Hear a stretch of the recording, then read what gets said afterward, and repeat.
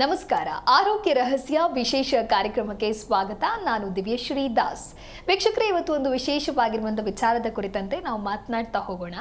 ಬದುಕು ಅಂತ ಹೇಳಿದ್ರೆ ಸುಖ ದುಃಖದ ಮಿಶ್ರಣ ಅಂತ ಕರೀತಾರೆ. ಸುಖ ಬಂದಾಗ, ಸುಖ ಸಿಕ್ಕಿದಾಗ ಅದನ್ನು ಹಿಗ್ಗದೆ, ಅದೇ ರೀತಿ ದುಃಖ ಬಂದಾಗ ಕುಗ್ಗದೆ ಮುನ್ನಡೆದುಕೊಂಡು ಹೋಗೋದೆ ಸಾರ್ಥಕ ಜೀವನ ಅನ್ನುವಂಥ ಮಾತಿದೆ. ಇದು ಕೇವಲ ಮಾತನಾಡೋದಕ್ಕೆ ಅಥವಾ ಈ ರೀತಿ ಉದಾಹರಣೆಯನ್ನು ಕೊಡೋದಕ್ಕೆ ಮಾತ್ರ ಸೀಮಿತವಾಗಿರುತ್ತೆ. ಅದನ್ನು ಅನುಭವಿಸುವವರಿಗೆ ಅದರ ನೋವು ಏನು ಅಂತ ತಿಳಿದು ಬರುತ್ತೆ. ಯಾಕೆ ಈ ರೀತಿಯಾದಂತಹ ವಿಚಾರವನ್ನು ನಾನು ಇವತ್ತು ನಿಮ್ಮ ಮುಂದೆ ತಿಳಿಸ್ತಾ ಇದ್ದೀನಿ ಅಂತ ಹೇಳಿದ್ರೆ, ತಮ್ಮ ಕೆಲಸ ಕಾರ್ಯ ಎಲ್ಲವನ್ನ ಮುಗಿಸಿ ಮನೆಗೆ ಬಂದಾಗ ಮನೆಯಲ್ಲಿ ನೆಮ್ಮದಿ ಸಿಗಬೇಕು. ಆದರೆ ಬಹುತೇಕರ ಜೀವನದಲ್ಲಿ ಏನಾಗ್ತಾ ಇದೆ ಅಂತ ಹೇಳಿದ್ರೆ, ಆ ಒಂದು ಮನೆ ವಿಶ್ರಾಂತಿ ತಾಣ ಅನ್ನೋದು ಒಂದು ರೀತಿ ಶಾಪದ ತಾಣವಾಗ್ತಾ ಇದೆ. ಹಾಗಾದ್ರೆ ಇದಕ್ಕೆ ಕಾರಣ ಏನು? ನೆಮ್ಮದಿಯ ತಾಣ ಅಂದ್ರೆ ಯಾವುದು? ತಣ್ಣಗೆ ಇರುವಂತಹ ಮನೆ ಅಂದ್ರೆ ಯಾವುದು ಅನ್ನುವಂಥ ವಿಚಾರದ ಕುರಿತಂತೆ ನಾವು ಇವತ್ತು ಮಾತನಾಡ್ತಾ ಹೋಗ್ತೀವಿ. ಈ ಕುರಿತು ತಿಳಿಸಿಕೊಡಲು ಶ್ರೀಮಾನ್ ಶ್ರೀ ಪುರುಷೋತ್ತಮ್ ದೇಶಿಕ್ ಗುರೂಜಿ ನಮ್ಮ ಕಾರ್ಯಕ್ರಮದಲ್ಲಿದ್ದಾರೆ. ಬನ್ನಿ, ಇವರನ್ನ ಕಾರ್ಯಕ್ರಮಕ್ಕೆ ವೆಲ್ಕಮ್ ಮಾಡಿಬಿಡೋಣ. ನಮಸ್ಕಾರ ಗುರುಜಿ, ಕಾರ್ಯಕ್ರಮಕ್ಕೆ ಸ್ವಾಗತ. ನಮಸ್ಕಾರ ಗುರುಜಿ. ನಾನು ಹೇಳ್ತಾ ಇದ್ದೆ, ಮನೆ ಅನ್ನೋದು ಒಂದು ರೀತಿ ನೆಮ್ಮದಿಯ ತಾಣ ಆಗಬೇಕು ಅಂತ ಹೇಳಿ. ಆದರೆ ಮನೆಗೆ ಹೋದ್ರೇನೆ 108 ಸಮಸ್ಯೆಗಳು ಇದೀಗ ಉದ್ಭವ ಆಗ್ತಾ ಇದೆ. ಅದಕ್ಕೆ ಕಾರಣ ಏನು? ಜೊತೆಗೆ ನಿಮ್ಮ ಪ್ರಕಾರ ಈ ತಣ್ಣನೆಯ ಮನೆಯನ್ನ ನೀವು ಹೇಗೆ ವಿಶ್ಲೇಷಣೆ ಮಾಡ್ತೀರಾ ಗುರುಜಿ? ಹರಿ ಓಂ ಶ್ರೀ ಗುರುಭ್ಯೋ ನಮಃ. ಒಂದು ರೀತಿ ತುಂಬ ವಿಚಾರವನ್ನು ತಿಳ್ಕೊಳ್ತಕ್ಕಂತಹ ವಿಚಾರವೂ ಕೂಡ ಹೌದು. ತಣ್ಣಗಿರೋ ಮನೆ ಅಂದರೆ ಹೆಂಗಿರುತ್ತೆ ಪ್ರಶ್ನೆ ಕೂಡ ಒಂಥರ ವಿಭಿನ್ನವಾಗಿರತಕ್ಕಂಥ ಪ್ರಶ್ನೆ. ಆದರೆ ತಣ್ಣಗಿರುವ ಮನೆ ಯಾವುದು ಅಂತಕ್ಕಂಥದ್ದು, ಅದು ಹೇಗಿರಬೇಕು, ಹೇಗೆ ಮಾಡಬೇಕಿತ್ತು ಅಂತಕ್ಕಂಥದ್ದು ಹಲವಾರು ರೀತಿಯ ವಿಚಾರದಲ್ಲಿ ಇಲ್ಲಿ ಪ್ರಶ್ನೆಗಳು ಕಾಡ್ತಾ ಇರ್ತಕ್ಕಂಥ ಒಂದು ವಿಷಯ ಬರುತ್ತೆ. ನಿನ್ನ ಪ್ರಕಾರ ತಣ್ಣಗಿರೋ ಮನೆ ಸಾಧ್ಯನಾ, ಕಷ್ಟನಾಮ? ಕಷ್ಟ. ತಣ್ಣಗಿಲ್ಲದೆ ಇರೋ ಮನೆ ಯಾವುದು ಅಂತಕ್ಕಂಥ ಪ್ರಶ್ನೆ, ಅದಕ್ಕೆ ಆ ಪ್ರಶ್ನೆ ಹಾಕ್ಕೊಂಡ್ರೆ ಉತ್ತರ ಸಿಗತ್ತೆ. ಈ ರಹಸ್ಯಕ್ಕೆ ಕಾರಣಕರ್ತನಾಗಿರ್ತಕ್ಕಂತಹ ಶ್ರೀಮನ್ನಾರಾಯಣನ ಪಾದ ಕಮಲಗೆ ಕೋಟಿ ಕೋಟಿ ನಮನಗಳನ್ನ ಅರ್ಪಣೆಯನ್ನು ಮಾಡಿ, ಯಾವ ಮನೆಯಲ್ಲಿ ಬಿಸಿ ಗಾಳಿ ಇರುತ್ತೆ ಅದು ಗೊತ್ತಿರೋ ವಿಷಯನೇ. ಬಿಸಿ ಗಾಳಿ ಇದ್ದರೆ ಏನು ಮಾಡ್ತೀವಿ? ಫ್ಯಾನ್ ಹಾಕ್ಕೋತೀವಿ. ಯಾವ ಮನೆ ಫ್ಯಾನ್ ಹಾಡುತ್ತೆ ಆ ಮನೆ ತಣ್ಣಗಿಲ್ಲ ಅಂತ ಡಿಸೈಡ್ ನೀವೇ ತೀರ್ಮಾನ ಮಾಡಿಬಿಡಿ. ಯಾವ ಮನೆಯಲ್ಲಿ ರೂಮಲ್ಲಿ ಫ್ಯಾನ್ ಆಡುತ್ತೆ ಮನೆಯಲ್ಲಿ ಏನಿಲ್ಲ, ತಣ್ಣನೆಯ ಮನೆ ಅಲ್ಲ. ಒಪ್ಕೋಬೋದಲ್ಲ? ಎಲ್ಲದಕ್ಕಿಂತ ಒಂದು ದೊಡ್ಡ ವಿಶೇಷ ಏನು ಗೊತ್ತೇನಮ್ಮ? ಮನೆಯ ರೂಮ್ ಸೆಂಟ್ರು, ಮನೆ ಸೆಂಟ್ರು ಕರೆಕ್ಟಾಗಿ ಫ್ಯಾನ್ ಹಾಕಿರ್ತಾರೆ ಅಲ್ವಾ? ಇದು ನಿಜಕ್ಕೂ ಆತ್ಮಹತ್ಯೆ ಮಾಡ್ಕೊಳ್ತಕ್ಕಂಥ ಹಂತಕ್ಕೆ ಹೋಗುತ್ತೆ ಈ ಮನೆ ಅಂತ ಬೇಕಾದ್ರೆ ಹೇಳ್ಬೋದು. ಫ್ಯಾನ್ ಹಾಕೋ ಮನೆ ಆತ್ಮಹತ್ಯೆ ಮಾಡ್ಕೊಳ್ಳುವಂಥ ಮನೆ ಅಂದರೆ ಕೇಳೋಕ್ಕೆ ಸ್ವಲ್ಪ ಬೇಜಾರಾಗ್ಬೋದು. ಹಂಗಾರೆ ಫ್ಯಾನ್ ಬೇಡವಾ? ಫ್ಯಾನ್ ಏನಕ್ಕೆ ಬೇಕು ಮನೇಲಿ? ಫ್ಯಾನ್ ಹಾಕ್ಕೊಂಡಿದ್ದೀರಾ ಅಂದರೆ ನೀವು ತಲೆಯೆಲ್ಲ ಏನಾಗಿದೆ, ದೇಹ ಎಲ್ಲ ಏನಾಗಿದೆ ನೀವೇ ಅರ್ಥ ಮಾಡ್ಕೋಬೇಕು. ಆದರೆ ಯಾವ್ದು ತಪ್ಪಾಗಾದರೆ? ಫ್ಯಾನ್ ಹಾಕೋದು ತಪ್ಪ? ಯಾಕೆ ತಪ್ಪು? ಏನು ಕಾರಣ? ಹಂಗಾದರೆ ತಡ್ಕೊಳಕ್ಕಾಗಲ್ವಲ್ಲ, ಅದಕ್ಕೆ ಹಾಕ್ತೀವಿ. ಆ ತಡ್ಕೊಳಕ್ಕಾಗದೇ ಇರತಕ್ಕಂಥ ವಿಚಾರ ನೀವು ತಡ್ಕೊಳಕ್ಕೆ ಪರವಾಗಿಲ್ಲ, ನಿಮ್ಮ ದೇಹದ ಚರ್ಮ ತಡೆಯಲ್ಲ. ಫ್ಯಾನ್ ಗಾಳಿ ನಿಮ್ಮ ದೇಹದ ಚರ್ಮವನ್ನು ತಡೆಯಲ್ಲ. ಅಂದರೆ ಚರ್ಮ ತುಂಬ ಸೂಕ್ಷ್ಮಾತಿ ಸೂಕ್ಷ್ಮ. ಸಾಕಷ್ಟು ಕೆಲವು ಸಂದರ್ಭದಲ್ಲಿ ಡಾಕ್ಟರ್ಸ್ ಹೇಳ್ತಾರೆ, ಹತ್ತಿ ಬಟ್ಟೆಗಳನ್ನ ಬಳಸಿ, ಇನ್ನರ್ಗಳೆಲ್ಲ ಅದೆಲ್ಲ ಬಳಸಿ ಅಂತ ಹೇಳ್ತಾರೆ ಕೆಲವು ಸಂದರ್ಭದಲ್ಲಿ. ಯಾಕೆಂದರೆ ಆ ಸಮಸ್ಯೆ ಬಂದಾಗ ಏನು ಬಳಸೋ ಸ್ವಾಮಿ? ಏನು ಬಳಸಿದ್ರು ಮನೆಯಲ್ಲಿರ್ತಕ್ಕಂಥ ವಾತಾವರಣ ಹಾಗೇ ಇರುತ್ತೆ, ನಾವೇನು ಬಳಸಿದ್ರು ಅದು ಹಾಗೇ ಇರುತ್ತೆ. ಹತ್ತಿ ಬಟ್ಟೆನೇ ಹಾಕೋಣ, ಫೈನ್. ಆದರೆ ಇಲ್ಲಿ ಮುಖ್ಯ ಇರಬೇಕಾಗಿದ್ದು ಮನೆ ತಣ್ಣಗಿರಬೇಕಿತ್ತು. ತಣ್ಣಗಿರೋ ಮನೆ ಏನು ಅನ್ನೋದನ್ನು ನಾವು ತಿಳ್ಕೊಬೇಕಿತ್ತು. ಅದು ತಿಳ್ಕೊಳ್ಳದೆ ನೀವು ಏನು ಮಾಡಿಕೊಂಡ್ರು ಕೂಡ, ನೀವೇನೇ ಪ್ಯಾಚ್ ಹಾಕ್ಕೊಂಡ್ರು ನಿಮಗೆ ತಣ್ಣಗಿರತಕ್ಕಂಥ ಮನಸ್ಥಿತಿ ಬರಲ್ಲ. ಈ ತಣ್ಣನೆ ಅಂತಕ್ಕಂತಹ ಒಂದು ವಿಚಾರಕ್ಕೆ ಫ್ಯಾನಿಂದ ಒಂದೇನಾ? ಹಾಗಿದ್ಮೇಲೆ ಆ ಮನೆಗೆ ಬಿಸಿ ಗಾಳಿ ಏನಕ್ಕೆ ಬಂತು? ಯಾಕೆ ಬರಬೇಕಿತ್ತು ಅಲ್ಲಮ್ಮ? ಮನೆ ತಣ್ಣಗಿರಲಿ ಅಂತ ಕಟ್ತೀವಿ, ತಣ್ಣಗಿದೀವಾ? ಇಲ್ಲ. ಫ್ಯಾನ್ ಆನ್ ಮಾಡಪ್ಪ ಅಂದರೆ ತಿಳ್ಕೊಬೇಕು ನಮ್ಮ ಮನೆ ಏನಿದ್ರು ಬಿಸಿನಲ್ಲೇ ಇದ್ದೀವಿ ನಾವು. ಯಾವಾಗಲೂ ಬಿಸಿ. ಕೆಲಸ ಯಾವಾಗಲೂ ಪುಸ್ತಕದಲ್ಲೇ ಕೆಲಸ ಮಾಡೋದು, ಯೋಚನೆ ಯಾವಾಗಿಲ್ದು ಯೋಚನೆ ಮಾಡೋದು.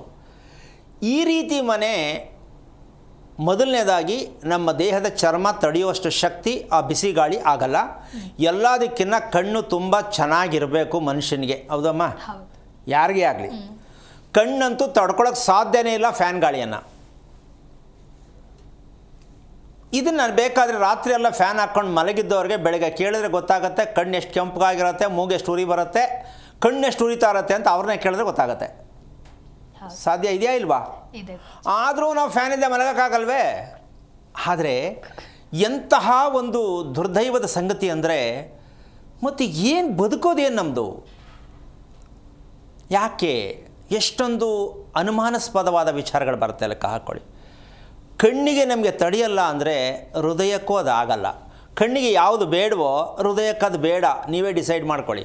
ಕಣ್ಣಲ್ಲಿ ಸಮಸ್ಯೆ ಇದೆ ಅಂದರೆ ನಿಮ್ಮ ಹೃದಯ ಸ್ವಲ್ಪ ಆ ಕಡೆ ಈ ಕಡೆ ವ್ಯತ್ಯಾಸದ ಆಗ್ತಾ ಇದೆ, ಜೋಪಾನ ಅಂತ ಸ್ಕ್ಯಾನ್ ಮಾಡೋದು ಬೇಕಾಗಿಲ್ಲ, ನೀವೇ ತಿಳ್ಕೊಳ್ಳಿ.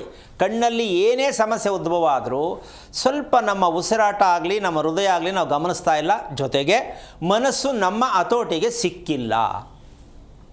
ಅಂಥವರ ಹೃದಯದಲ್ಲಿ ಏನೇನು ಆಗ್ಬೋದು ಅದು ನಿಮ್ಮ ವೈಯಕ್ತಿಕ ನೀವು ಅನುಭವಿಸೋರಿಗೆ ಮಾತ್ರ ಗೊತ್ತಾಗತ್ತೆ. ಅದಕ್ಕೋಸ್ಕರವಾಗಿ ತಣ್ಣನ ಮನೆ ಅಂತಕ್ಕಂತಹ ವಿಚಾರದಲ್ಲಿ ಎಷ್ಟು ಸ್ವಾರಸ್ಯಕರವಾದ ಸತ್ಯ ಇರುತ್ತೆ ಅಂತಕ್ಕಂಥ ವಿಷಯವನ್ನು ತಿಳ್ಕೊಬೇಕಾಗತ್ತೆ.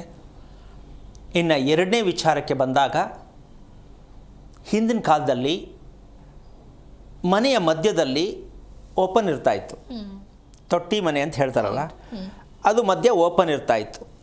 ಚಂದ್ರ ಮನೆಯ ಒಳಗಡೆ ಇರ್ತಕ್ಕಂತಹ ಎಲ್ಲ ಭಾಗಗಳು ಚಂದ್ರನ ಬೆಳಕು ಪ್ರವೇಶ ಆಗ್ತಾಯಿತ್ತು.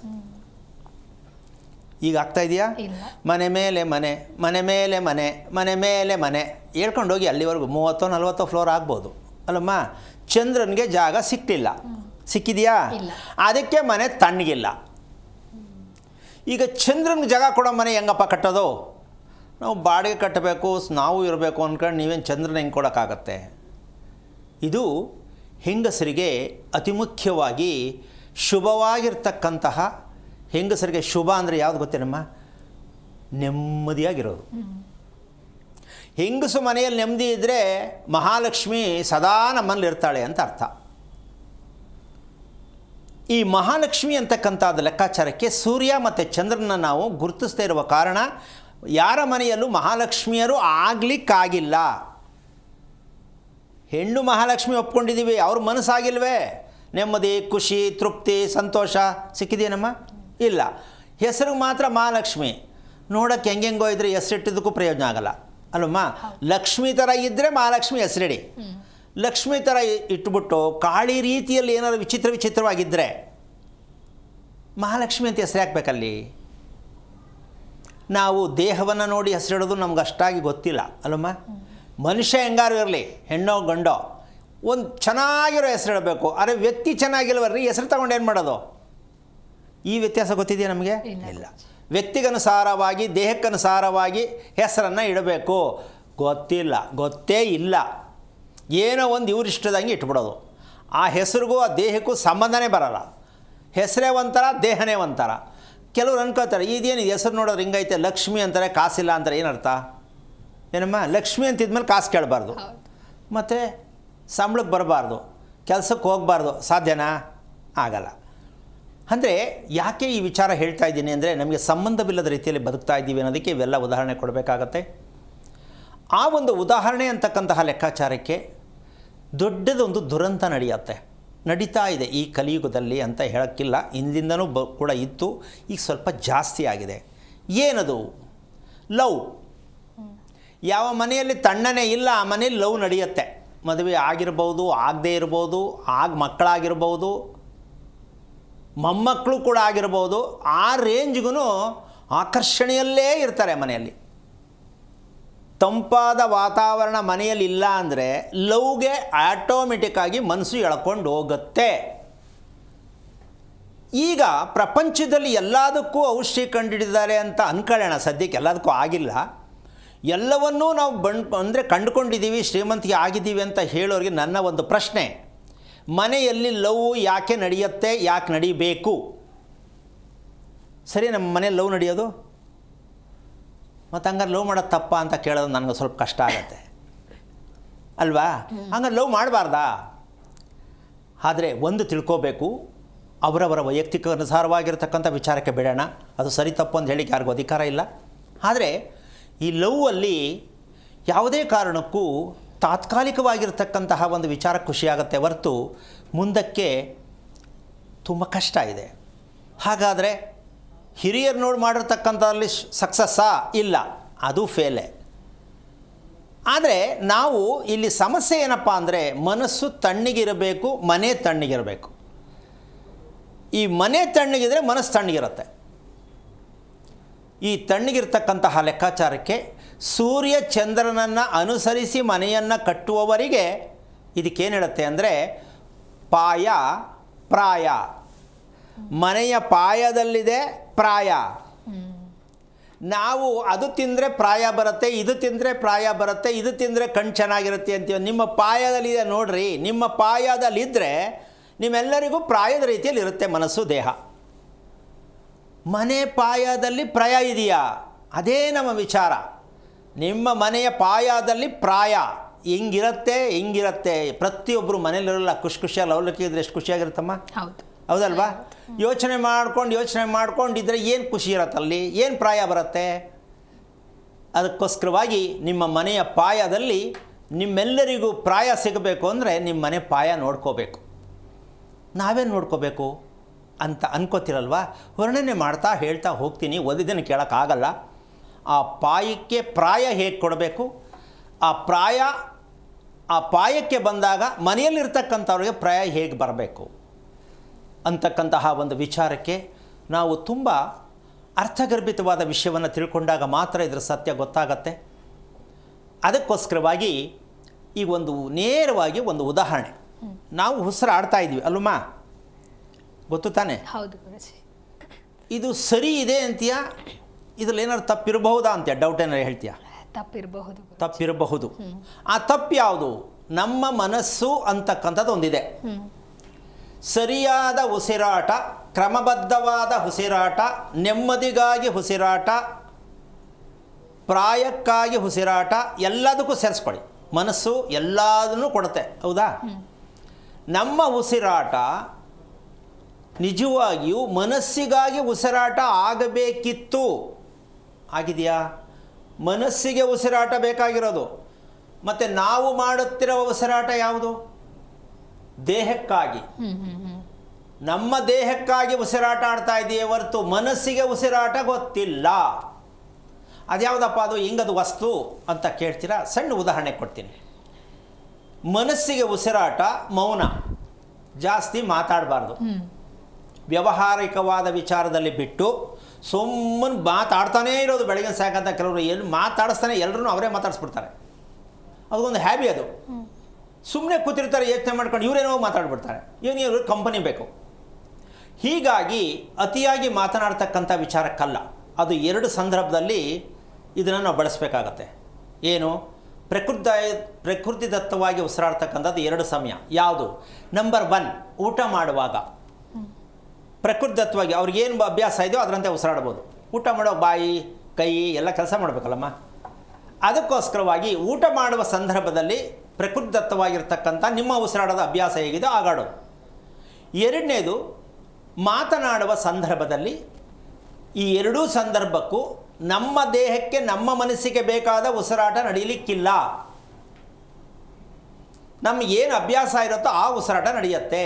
ಇನ್ನು ಮಿಕ್ಕಿದ ಸಮಯ ಎಲ್ಲ ಮೌನವಾಗಿ ನಮ್ಮ ಮನಸ್ಸಿನ ಮೇಲೆ ಗಮನವಿಟ್ಟು ಉಸಿರಾಡಿದಾಗ ಅದು ನಿಮಗೆ ಮನಃಶಾಂತಿ ಬರುತ್ತೆ. ಒಪ್ಕೋಬೋದಾ? ಈ ಸಮಯ ನಾವು ಹಂಗೆ ಅಂದ್ಬಿಟ್ಟು ಮಾತಾಡದೇ ಇದ್ರೆ ಹೆಂಗಪ್ಪ? ನಾವು ಮಾತಾಡ್ತಿದ್ದೀವಲ್ಲ ಈಗ, ಅಲ್ಲಮ್ಮ? ಇದು ಏನಕ್ಕೆ ಅಂದರೆ ಸಂದರ್ಭಾನುಸಾರವಾಗಿ, ವ್ಯಕ್ತಿಗನುಸಾರವಾಗಿ, ಅವರ ವೃತ್ತಿಗನುಸಾರವಾಗಿ ಮಾತಾಡಬೇಕಾಗತ್ತೆ. ಮಾತಾಡೋದೇ ಬೇಡ ಅಂತ ನಾನು ಹೇಳ್ತಿಲ್ಲ. ಆದರೆ ಬೆಳಗ್ಗಿಂದ ಸಂಜೆ ಮಲಗೋವರೆಗೂ ಮಾತಾಡೋದೇ ಒಂದು ಉದ್ಯೋಗ ಅಂದುಬಿಟ್ರೆ ಅವ್ರಿಗೆ ನಾವೇನು ಹೇಳೋಕ್ಕಾಗಲ್ಲ. ಮತ್ತು ಊಟ ಮಾಡ್ತಕ್ಕಂಥ ಸನ್ನಿವೇಶದಲ್ಲೂ ಕೂಡ ಮಾತಾಡಿಕೊಂಡೇ ಊಟ ಮಾಡಬೇಕು ಅಭ್ಯಾಸ ಅಂದ್ಕೊಂಡ್ರೆ ಅವ್ರಿಗೇನು ನಾವು ಹೇಳಲಿಕ್ಕಾಗಲ್ಲ. ಈ ಒಂದು ವಿಚಾರದಿಂದ ನಮ್ಮ ಮನಸ್ಸು ತಣ್ಣಗಿಲ್ಲ, ಮನೆಯೂ ತಣ್ಣಗಿಲ್ಲ. ಅಂದರೆ ಏನಾಗಬೇಕು ಅಂತ ಯೋಚನೆ ಮಾಡಿ ಆಗ ನಾವು ಆ ಸಂದರ್ಭಕ್ಕೆ ಬೇರೆ ದಾರಿಯನ್ನು, ಬೇರೆಯಾದ ರೀತಿಯಲ್ಲಿ ಜೀವನವನ್ನು ನಡೆಸೋದಕ್ಕೆ ಹುಚ್ಚು ಮನಸ್ಥಿತಿಯ ರೀತಿಯಲ್ಲಿ ನಾವು ಹೋಗಬೇಕಾಗತ್ತೆ. ಆದ ಕಾರಣ ನಾವು ಮೊದಲು ಮಾಡಬೇಕಾಗಿರ್ತಕ್ಕಂಥದ್ದು ಉಸಿರಾಟದ ವಿಚಾರದಲ್ಲಿ ಇದಕ್ಕೆ ಪ್ರಯತ್ನ ಆಗತ್ತಾ, ಸಾಧ್ಯನಾ ಅಂತ ಅಂದ್ಕೋಬೇಡಿ, ಸಾಧ್ಯ ಇದೆ. ಯಾಕೆ ಅಂದರೆ ಈ ಉಸಿರಾಟವನ್ನು ನಾವು ಹಿಡಿದು ಹಿಂಗೇ ಉಸಿರಾಡಬೇಕು ಅಂತಕ್ಕಂಥ ವಿಚಾರ ಏನೊಂದು ಅರ್ಧ ಗಂಟೆ ಮಾಡ್ಬೋದು ಸ್ವಾಮಿ, 10 ನಿಮಿಷ ಮಾಡ್ಬೋದು, ಆಮೇಲೆ ಆಗಲ್ಲ ಮಾಡೋಕ್ಕೆ ಅಂತ ಎಲ್ರಿಗೂ ಗೊತ್ತಾಗತ್ತೆ. ಹೌದಲ್ಲಮ್ಮ? ಅದನ್ನೇ ಉಸಿರಾಡೋದೇ ಜ್ಞಾನ ಇಟ್ಕೊಂಡು ಮಾಡಿದ್ರೆ ಬದುಕೋದು ಹೆಂಗಾಗತ್ತೆ ಅನ್ನೋ ಮಟ್ಟಕ್ಕೆ ಹೋಗುತ್ತೆ. ಇದಕ್ಕೆ ಸಣ್ಣ ಉದಾಹರಣೆ ಏನಪ್ಪ ಅಂತಂದರೆ, ಇದು ವಿಚಾರ ತುಂಬ ಕಷ್ಟ ನಡ್ಕೊಳ್ಳೋದು. ಕಷ್ಟ ಅಂದ್ಕೊಂಡೇ ನಾವು ಕಷ್ಟಪಡ್ತಾ ಇರೋದು, ಕಷ್ಟ ಅನ್ಕೋಬಾರ್ದು. ಇಲ್ಲ ನಾವು ಮಾಡಲೇಬೇಕಂತ ತೀರ್ಮಾನ ಮಾಡಿದ್ರೆ ಹೇಳ್ಕೊಡ್ತೀನಿ, ಹೇಳೋಣ. ಏನು? ಒಂದೇ ಸಮಯದಲ್ಲಿ ಪ್ರತಿದಿನ ಒಂದೇ ಸಮಯದಲ್ಲಿ ಊಟ ನಿದ್ದೆ ನಡಿಬೇಕು. ಇಷ್ಟು ಗಂಟೆಗೆ ಊಟ, ಅಷ್ಟು ಗಂಟೆಗೆ ಊಟ, ಇಷ್ಟು ಗಂಟೆಗೆ ನಿದ್ದೆ, ಅಷ್ಟು ಗಂಟೆಗೆ ನಿದ್ದೆ. ಈ ಅಭ್ಯಾಸ ಯಾರು ಮಾಡ್ಕೊಂಡಿರ್ತಾರೆ ಅವರಿಗೆ ಉಸಿರಾಟವನ್ನು ನೀವೇನು ಹಿಡ್ಕೋಬೇಕಾಗಿಲ್ಲ, ಆಟೋಮೆಟಿಕ್ಕಾಗಿ ನಿಮ್ಮ ಮನಸ್ಸಿಗೆ ಬೇಕಾದ ಉಸಿರಾಟ ಸಿಗತ್ತೆ. ಇದನ್ನು ಮಕ್ಕಳಿಗೆ ಹೇಳ್ಕೊಟ್ಟಿದ್ದೀರಾ? ನೀವು ಕಲ್ತಿದ್ದೀರಾ? ಶಾಲೆಯಲ್ಲಿ ಹೇಳ್ಕೊಡ್ತಾ ಇದ್ದಾರಾ? ಮನಸ್ಸಿಗಾಗಿ ಉಸಿರಾಟ ಯಾವುದು ಅಂತ ಹೇಳ್ಕೊಡ್ತಾ ಇದ್ದಾರಾ? ಪ್ರಪಂಚದಲ್ಲಿ ಯಾರು ಹೇಳ್ತಾ ಇದ್ದಾರೆ, ಯಾರು ಹೇಳಿದ್ದಾರೆ, ಸ್ವಲ್ಪ ಯೋಚನೆ ಮಾಡಿ. ಸಾಧ್ಯ ಇದೆಯೇ ಇಲ್ವಾ? ಕಷ್ಟನಾ? ಏಕ ಸಮಯದಲ್ಲಿ ಊಟ ನಿದ್ದೆ ಚೇಂಜ್ ಆಗಬಾರ್ದು. 7:05 ಆಗಬಾರ್ದು, 7 ಗಂಟೆಗೆ ಆಗಬೇಕು. ಕೆಲವ್ರು ಕೇಳ್ತಾರೆ ನಿದ್ದೆ ಬರಲ್ವಲ್ಲ ಸ್ವಾಮಿ ಅಂದರೆ ಅವ್ರಿಗೇನು ಹೇಳೋಕ್ಕಾಗಲ್ಲ. ಯಾಕೆ ಅಂದರೆ ನಿಮ್ಮ ಟೈಮ್ ಟೇಬಲ್ ಚೆನ್ನಾಗಿಲ್ಲ, ನಿದ್ದೆ ಬರಲ್ಲ. ಇದು ಮನುಷ್ಯತ್ವದಲ್ಲಿ ಬದುಕಬೇಕಾದ, 100 ವರ್ಷ ಬಾಳಿ ಬದುಕಬೇಕು ಅನ್ನೋರು ಈ ಪ್ರಕ್ರಿಯೆಯನ್ನು ಶುರು ಮಾಡಿಕೊಂಡ್ರೆ, ಶ್ರೀಮಂತಿಗೆ ಬಗ್ಗೆ ನನಗೆ ಗೊತ್ತಿಲ್ಲ, ಅದು ನಿಮ್ಮ ವೈಯಕ್ತಿಕ. ನನಗೆ ಸಂಪಾದನೆ ಬೇಕು ಸ್ವಾಮಿ, ನಾವು ಅಲ್ಲಿ ಇಲ್ಲಿ ಓಡಾಡಬೇಕು ಸ್ವಾಮಿ, ನಾವೆಲ್ಲ ಮಾಡೋಕ್ಕಾಗತ್ತಾ ಸ್ವಾಮಿ ಅಂದ್ಕೊಂಡ್ರೆ ಈ ಥರದ ಪರಿಸ್ಥಿತಿನೇ ನಮ್ಮ ದೇಶದಲ್ಲಿ ಜಾಸ್ತಿ. ಹೌದಲ್ಲಮ್ಮ? ಸಮಯ ಇಲ್ಲ, ಯಾವುದು ಕೇಳಿ ಊಟ ಮಾಡು ಸಮಯ ಇಲ್ಲ, ಮಲಕ್ಕೋ ಸಮಯ ಇಲ್ಲ, ಗಂಡ ಹೆಂಡತಿ ಕೂತು ಮಾತಾಡಬೇಕು ಸಮಯ ಇಲ್ಲ, ಮಕ್ಕಳ ಜೊತೆ ಕೂತ್ಕೊಂಡು ಮಾತಾಡಬೇಕು ಸಮಯ ಇಲ್ಲ. ಅಂದ ಮೇಲೆ ಸಮಯ ಇಲ್ಲ ಅಂದ ಮೇಲೆ ನಿಮಗೇನಾಗಬೇಕು, ಏನೇನು ಆಗಬಾರ್ದು ಎಲ್ಲ ಆಗಲೇಬೇಕು. ಯಾಕೆ? ನೀವೇ ಒಪ್ಕೊಂಡ್ರೆ ಸಮಯ ಇಲ್ಲ ಅಂತ. ಸಮಯ ಇಲ್ಲದೆ ನೀನು ಬದುಕ್ತೀಯಾ ಅಂದರೆ ಅಷ್ಟೇ. ಏನು ಬೇಕು? ರೋಗಗಳ ಸರಮಾಲೆಯಲ್ಲಿ ಬದುಕ್ತೀಯ ಅಷ್ಟೇ. ರೋಗ ಇಲ್ಲದೆ ಬದುಕಬೇಕು ಅಂತ ಭಗವಂತ ನಮ್ಮನ್ನು ದೇಹ ರಚನೆ ಮಾಡಿ ಕಳಿಸಿರೋದು. ರೋಗವಿಲ್ಲದ ರೀತಿಯಲ್ಲಿ ಬದುಕುವಂಥ ಭಗವಂತ ನಮಗೆ ಈ ಭೂಮಿಗೆ ಕಳಿಸಿರೋದು. ನಾವು ರೋಗ ಬರೆಸ್ಕೊಂಡು ಬದುಕ್ತೀವಿ ಅಂದರೆ ಯಾರು ಹೊಣೆ ಇದಕ್ಕೆ? ನಾವಾ ದೇವರ? ನಾವೇ ಹೊಣೆ. ಒಪ್ಕೋಬೋದು ಅಂತೀಯಮ್ಮ? ಹಾಂ, ಒಪ್ಕೊಳ್ಳಲ್ಲ ಕೆಲವರು. ಅಲ್ಲ ರೀ, ದೇವ್ರು ಎಲ್ಲ ದುಡ್ಡು ಕೊಟ್ಟು ಕಳಿಸ್ಬೇಕಿತ್ತು ಹಂಗಾರೆ ಅಂತ ಬೇಕಾದ್ರೆ ಕೇಳ್ತಾರೆ ಜನ. ಸೂಟ್ ಕೇಸು ಜೊತೆಲಿ ಕೊಡಬೇಕಿತ್ತು. ಮಗು ಹುಟ್ಟಿದ ತಕ್ಷಣ ಒಂದು ಸೂಟ್ ಕೇಸ್ ದುಡ್ಡು ಕಳಿಸಿದ್ರೆ ಆ ಮಗು ಹಂಗೆ ಬೆಳೆಸ್ಬೋದಾಗಿತ್ತು. ಯಾಕೆ ಮಾತಾಡ್ತೀನಿ ಅಂತ ಈ ಥರ ಹಾಡೋ ಜನ ತುಂಬ ಜನ ಇದ್ದಾರೆ. ಕೇವಲವಾಗಿ ಜೀವನ ಅಂತಕ್ಕಂಥದ್ದು ಕೇವಲವಾಗಿ ಮಾತಾಡೋ ಜನ ತುಂಬ ಜಾಸ್ತಿ ಇದ್ದಾರೆ. ಜೀವನಕ್ಕೆ ಒಂದು ಮೌಲ್ಯ ಕೊಡಬೇಕು ಅಂತಕ್ಕಂತಹ ವಿಚಾರಕ್ಕೆ ಯಾವ ಕಾರಣಕ್ಕೂ ನಾವು ಎಷ್ಟರ ಮಟ್ಟಕ್ಕೆ ಓಡ್ತಾ ಇದ್ದೀವಿ, ಅರ್ಥವಿಲ್ಲದೆ ಆಧಾರವಿಲ್ಲದೆ ಅಂತ ಪ್ರತಿಯೊಬ್ಬರು ತಿಳ್ಕೊಂಡಾಗ ಮಾತ್ರ ಇದರ ಸತ್ಯ ಗೊತ್ತಾಗತ್ತೆ. ಅದಕ್ಕೋಸ್ಕರವಾಗಿ ನಾವು ಫ್ಯಾನ್ ಆಗ್ತಕ್ಕಂತಹ ವಿಚಾರ ಏನಕ್ಕೆ ತಂದೆ ಅಂತಕ್ಕಂತಹ ಒಂದು ವಿಷಯಕ್ಕೆ ಅದಕ್ಕೆ ಸಂಬಂಧಪಟ್ಟಿದ್ದೀನಿ ಒಂದು ಚೂರು ತುಣುಕಿದೆ. ಏನದು? ಕೆಲವು ಸುಮ್ಮನೆ ಕೈಯಲ್ಲೇ ಬೀಸ್ಕೊತಾ ಇರ್ತಾರೆ. ಸೆಕೆ ಅಲ್ವಾ? ಈ ಸೆಕೆ ಅಂತಕ್ಕಂಥದ್ದು ಮನಸ್ಸು ದೇಹಕ್ಕೆ ಸೆಕೆ ಬಂದ ಮೇಲೆ ಮನೆ ತಣ್ಣಗಿದೆಯೋ ಬಿಸಿ ಇದೆಯೋ ಗೊತ್ತಿಲ್ಲ, ಮೊದಲು ಇವರಿಗೆ ಬಿಸಿ, ಇನ್ನು ಮನೇನೂ ಬಿಸಿ, ಸೇರಿಕೊಂಡ್ರೆ ಕಥೆ ಏನು? ಅಯ್ಯೋ ಸಿಕ್ಕಾಪಟ್ಟೆ ಬಿಸಿ ಅಪ್ಪ ಆಯ್ತಲ್ಲ, ಸಿಕ್ಕಾಪಟ್ಟೆ ಸೆಕೆ ತಡ್ಕೊಳಕ್ಕಾಗ್ತಾಯಿಲ್ಲ ಅಂತ ಹೇಳ್ತಾರೆ. ಈ ಸೆಕೆ ಅಂತಕ್ಕಂಥದ್ದು ಬರ್ತಕ್ಕಂಥ ವಿಚಾರಕ್ಕೆ ಯಾಕೆ ಬರುತ್ತೆ ಅಂದರೆ, ನಾವು ದೊಡ್ಡ ಘೋರವಾದ ನರಕದಲ್ಲಿದ್ದೀವಿ. ಯಾವುದು ನರಕ ಅಂದರೆ, ನಾಲಿಗೆ ತುಂಬ ಉಪ್ಪು ಖಾರ ಹುಳಿ ಸಿಹಿ ಏನೇನು ಇಷ್ಟನೋ ಅವರು ಜಾಸ್ತಿ ರುಚಿಗನುಸಾರವಾಗಿ ಬಳಸ್ತಾರಲ್ಲ, ಅವರಿಗೆ ಸೆಕೆಯ ತುಂಬ ಅವ್ರನ್ನ ಸುತ್ತಕೊಂಡೇ ಇರುತ್ತೆ. ಇದು ಈ ಸೆಕೆ ಅಂತಕ್ಕಂಥದ್ದು ಮಕ್ಕಳಲ್ಲೂ ಕೆಲವು ಫ್ಯಾನ್ ಹಾಕಿದ್ರೆ ಮಾತ್ರ ಮಲಗೋದು, ಇಲ್ಲಾಂದ್ರೆ ಮಲಗಲ್ಲ ಮಗು. ಅದಕ್ಕೆ ಸೆಕೆ ಅಂತ ಹೇಳಕ್ಕೆ ಬರಲ್ಲ, ಆದರೂ ಮಗು ಸೆಕೆಯಲ್ಲಿ ಮಲಗಲ್ಲ, ಒದ್ದಾಡ್ತಿರುತ್ತೆ. ಫ್ಯಾನ್ ಹಾಕಿದ್ರೆ ಮಲ್ಕೊಳುತ್ತೆ. ನಮ್ಮ ಮಗು ಫ್ಯಾನ್ ಇಲ್ಲದೆ ಮಲಗಲ್ಲಪ್ಪ. ಇದ್ರ ಗಿಫ್ಟ್ ಯಾರ್ದು ಅಂತೀಯಮ್ಮ? ಪೋಷಕರದು ಗಿಫ್ಟ್ ಇದು. ಏನು ಅಂದರೆ, ನೀವು ನಿಮ್ಮಲ್ಲಿ ಇರ್ತಕ್ಕಂತಹ ಉದಾಹರಣೆ, ಅಪ್ಪನಿಗೆ BP ಬಂದಿರಬಹುದೇನೋ, ಇತ್ತೇನೋ, ತಾಯಿಗೆ ಶುಗರ್ ಬಂದಿತ್ತೇನೋ, ಈ ಎರಡೂ ಕಂಪ್ಲೇಂಟ್ ಅಪ್ಪ ಅಮ್ಮನಲ್ಲಿ ಇದ್ದರೆ ಆ ಮಗುವಿನ ಚರ್ಮ ಆ ಮಗುವಿನ ಉಸಿರಾಟ, ಆ ಮಗುವಿನಲ್ಲಿ ನಡೀತಕ್ಕಂಥ ಬೆವರು, ಇದೆಲ್ಲ ಅಪ್ಪ ಮುಂದೆ ಗಿಫ್ಟು. ಈಗ ಇದನ್ನು ತಿಳ್ಕೊಳಕ್ಕಾಗತ್ತೆ ಅಂತಲೇ ಕಷ್ಟ ಅಂತೀಯಮ್ಮ. ತಿಳ್ಕೊಬೇಕು. ಮಗು ಬೆವರ್ತಾ ಇದೆ ರೀ, ಮಗು ಮೈ ಕೆರ್ಕೋತಾ ಇದೆ ರೀ, ತಲೆ ಕೆರ್ಕೊಳತ್ತೆ, ಬುಂಡೆ ಕೆರ್ಕೊಳತ್ತೆ, ಎಲ್ಲಂದ್ರಲ್ಲಿ ಕೆರ್ಕೊಳುತ್ತೆ, ನಿಮ್ಗೆ ಅದು ಗೊತ್ತಾಗುತ್ತಲ್ಲ. ಅದು ಕೆರ್ಕೋತಾ ಇದೆ ಅಂದರೆ ತಿಳ್ಕೊಳ್ಳಿ, ಅದು ನಿಮ್ಮದೇ ಗಿಫ್ಟು, ತಂದೆ ತಾಯಿದೆ ಗಿಫ್ಟು. ಯಾವುದು? ಮಸಾಲೆ ಐಟಮ್. ಈ ಮಸಾಲೆ ಐಟಮ್ಮು ಮಕ್ಕಳ ಮೇಲೆ ಪರಿಣಾಮ ಬೀರುತ್ತೆ ಅಂತಕ್ಕಂಥ ಸತ್ಯವನ್ನು ತಂದೆ ತಾಯಿಗಳು ತಿಳ್ಕೊಂಡ್ರೆ ಮಗು ಮಾಡ್ಕೊಳ್ಳೋಕೆ ಮುಂಚೆ ಯಾವ ರೀತಿ ಆಹಾರ ಸೇವನೆ ಮಾಡಬೇಕು, ಏನು ಸಮಯಕ್ಕೆ ಆಹಾರ ಸೇವನೆ ಮಾಡಬೇಕು ಅಂತ ನಿಜವಾಗ್ಲೂ ನೀವು ತಿಳ್ಕೊಳ್ಳೋದೇ ಆದರೆ ಯಾವ ದೇವ್ರ ಹತ್ರನೂ ಹೋಗಿ ನೀವು ಹರಕೆ ಕಟ್ಟಬೇಕಾಗಿಲ್ಲ, ಯಾವ ದೇವ್ರಿಗೂ ನೀವು ಬೇಡಬೇಕಾಗಿಲ್ಲ, ಯಾವ ದೇವ್ರಿಗೂ ನೀವು ಉರುಳು ಸೇವೆ ಮಾಡಬೇಕಾಗಿಲ್ಲ. ಮಾಡಿ, ಅದು ವಿಚಾರ ಬೇರೆ. ಮಗುವಿಗಾಗಿ, ಒಳ್ಳೆಯ ಸಂತಾನಕ್ಕಾಗಿ, ಆರೋಗ್ಯವಾದ ಸಂತಾನಕ್ಕಾಗಿ ನೀವು ನಿಮ್ಮ ಆಹಾರ, ತಂದೆ ತಾಯಿಯ ಆಹಾರವೇ ಮಗುವಿನ ಚರ್ಮ, ಉಸಿರಾಟ ಎರಡೂ ಕೆಡುತ್ತೆ. ಆ ಮಗು ಏನು ಸಮಸ್ಯೆ ಇದೆ, ಪದೇ ಪದೇ ಜ್ವರ ಬಂತು, ನಿಮ್ಮದೇ. ರಾತ್ರಿ ನಿದ್ದೆ ಮಾಡಲ್ಲ, ಹಗಲಲ್ಲಿ ನಿದ್ದೆ ಮಾಡುತ್ತೆ, ನಿಮ್ಮದೇ. ತುಂಬ ತಡವಾಗಿ ಹೇಳುತ್ತೆ, ಕಣ್ಣು ಉಜ್ತಾ ಇರುತ್ತೆ ಯಾವಾಗಲೂ, ಅದು ನಿಮ್ಮದೇ. ಈಗ ಈ ರೀತಿ ಸತ್ಯವನ್ನು ನಾವು ತಣ್ಣನೆ ಅಂತ ತುಂಬ ಇಷ್ಟಪಡೋ ನಾವು ತಣ್ಣನೆ ಅಂತಕ್ಕಂಥ ಮನಸ್ಥಿತಿ, ತಣ್ಣನೆ ಅಂತಕ್ಕಂತಹ ಮನೆಯ ಸ್ಥಿತಿಯನ್ನು ಯಾಕೆ ನಿರ್ಮಾಣವನ್ನು ಮಾಡಿಕೊಂಡಿಲ್ಲ ಅನ್ನೋದು ಒಂದು ಪ್ರಶ್ನೆ.